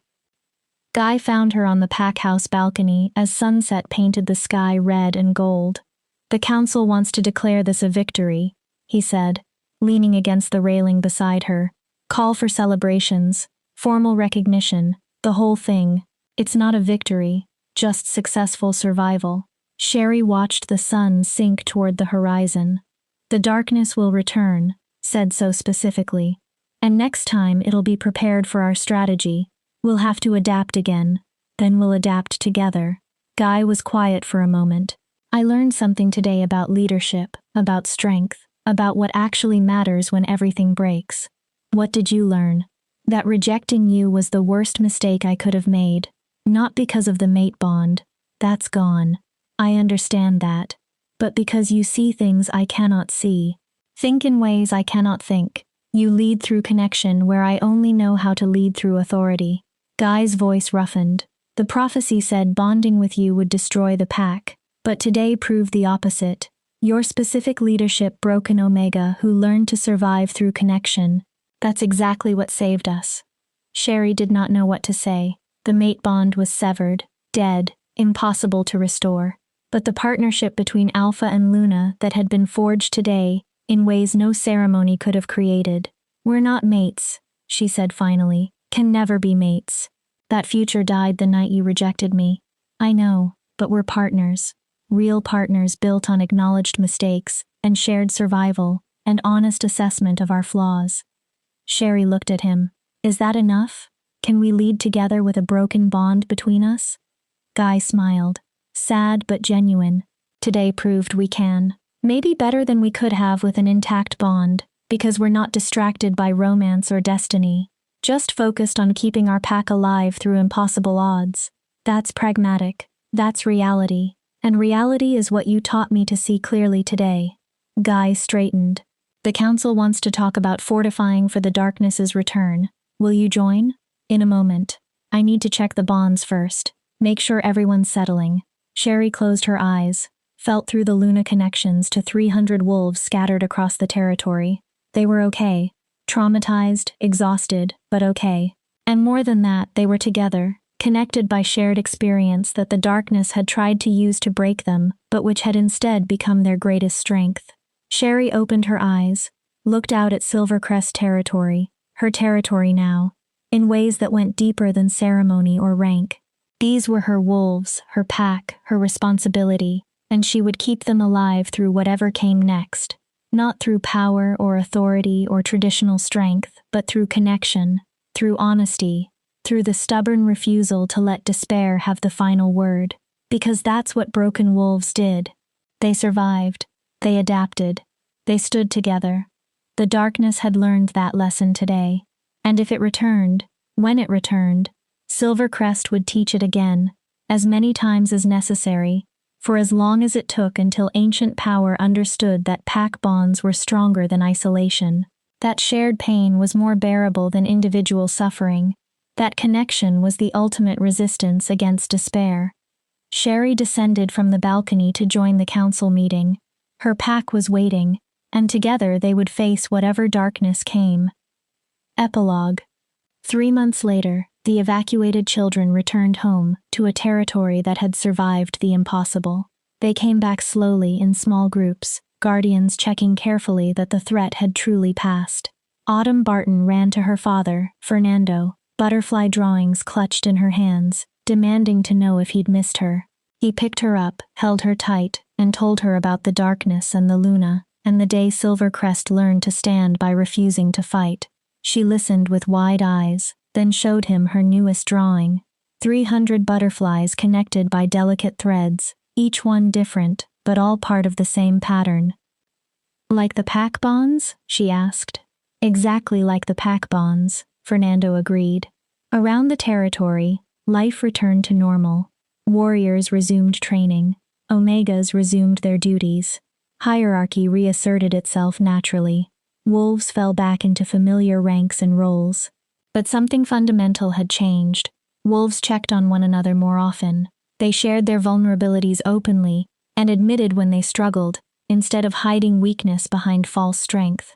The darkness had tried to break them by isolating them in individual despair. Instead, it had taught them the value of connection too deep to sever. Sherry stood in the archives organizing records like she'd done before becoming Luna. But now, wolves came to visit. Not for official business, but just to talk, to share burdens, to connect with the Luna who'd taught them that broken did not mean defeated. Guy found her there one afternoon, watching her work with a soft expression. The scouts reported something, he said. The darkness has moved farther south. It approached 2 other territories. Both packs tried traditional defense, and both fell within days. Sherry set down the record she'd been cataloging. So it will keep consuming packs until it meets another pack that responds the way we did. One that adapts instead of fighting. Guy moved to stand beside her. Other alphas are asking for advice. They want to know how we survived. What should I tell them? Tell them the truth. Strength appears in forms they do not expect. Connection is more powerful than isolation, and acknowledging weakness is the first step toward real resilience. Sherry looked at the ancient records surrounding them. Tell them to find their Luna Ediths, their rejected Omegas, and their broken wolves who learned to survive anyway, because those are the wolves who can see clearly enough to lead through darkness. I'll tell them, Guy promised, though I doubt many will listen. Traditional alphas do not trust unconventional strategies. Then they will fall as the others did, and eventually only the packs that learn to adapt will remain. Sherry returned to her organizing. That is how survival works. It is not always the strongest who endure, but the most adaptable. Guy was quiet for a moment. Then, do you regret it? Accepting the Luna position and everything that came with it? Sherry considered the question seriously, thought about the trial, the ceremony, the darkness's attack, the weight of 300 lives depending on her ability to see clearly. No, she said at last. Being rejected broke me, but becoming Luna taught me that broken things can be rebuilt into something stronger than they were before. I am not the Luna anyone expected, but I am exactly the Luna Silvercrest needed. And we are fortunate to have you, Guy said, even if the path here was painful for both of us. Especially because it was painful, Sherry replied. Easy victories teach nothing. Hard-won survival teaches everything. Sherry smiled. Now get out of my archive. Some of us have actual work to do instead of standing around looking like an alpha. Guy laughed and left, but the warmth remained. Their partnership was built on shared trauma, mutual respect, and the understanding that they would survive the impossible together. Outside the archive window, Silvercrest Pack continued its daily life. Children played in the square. Warriors trained in the yards. Omegas worked in peace, knowing their Luna had proven that rank did not define worth. Deep in everyone's consciousness, carried through bonds tested and strengthened by darkness, lived the knowledge that they had faced despair and refused to surrender. They had stood together when standing alone would have been easier. They were the Silvercrest Pack, broken wolves who had learned how to become strong together. The darkness would return someday. Other threats would emerge. Leadership would face new challenges. But Sherry was not afraid, because she'd learned the most important lesson any Luna could learn. Survival is not about being unbreakable. It is about standing again after every breaking, and continuing to rise together for as long as it takes.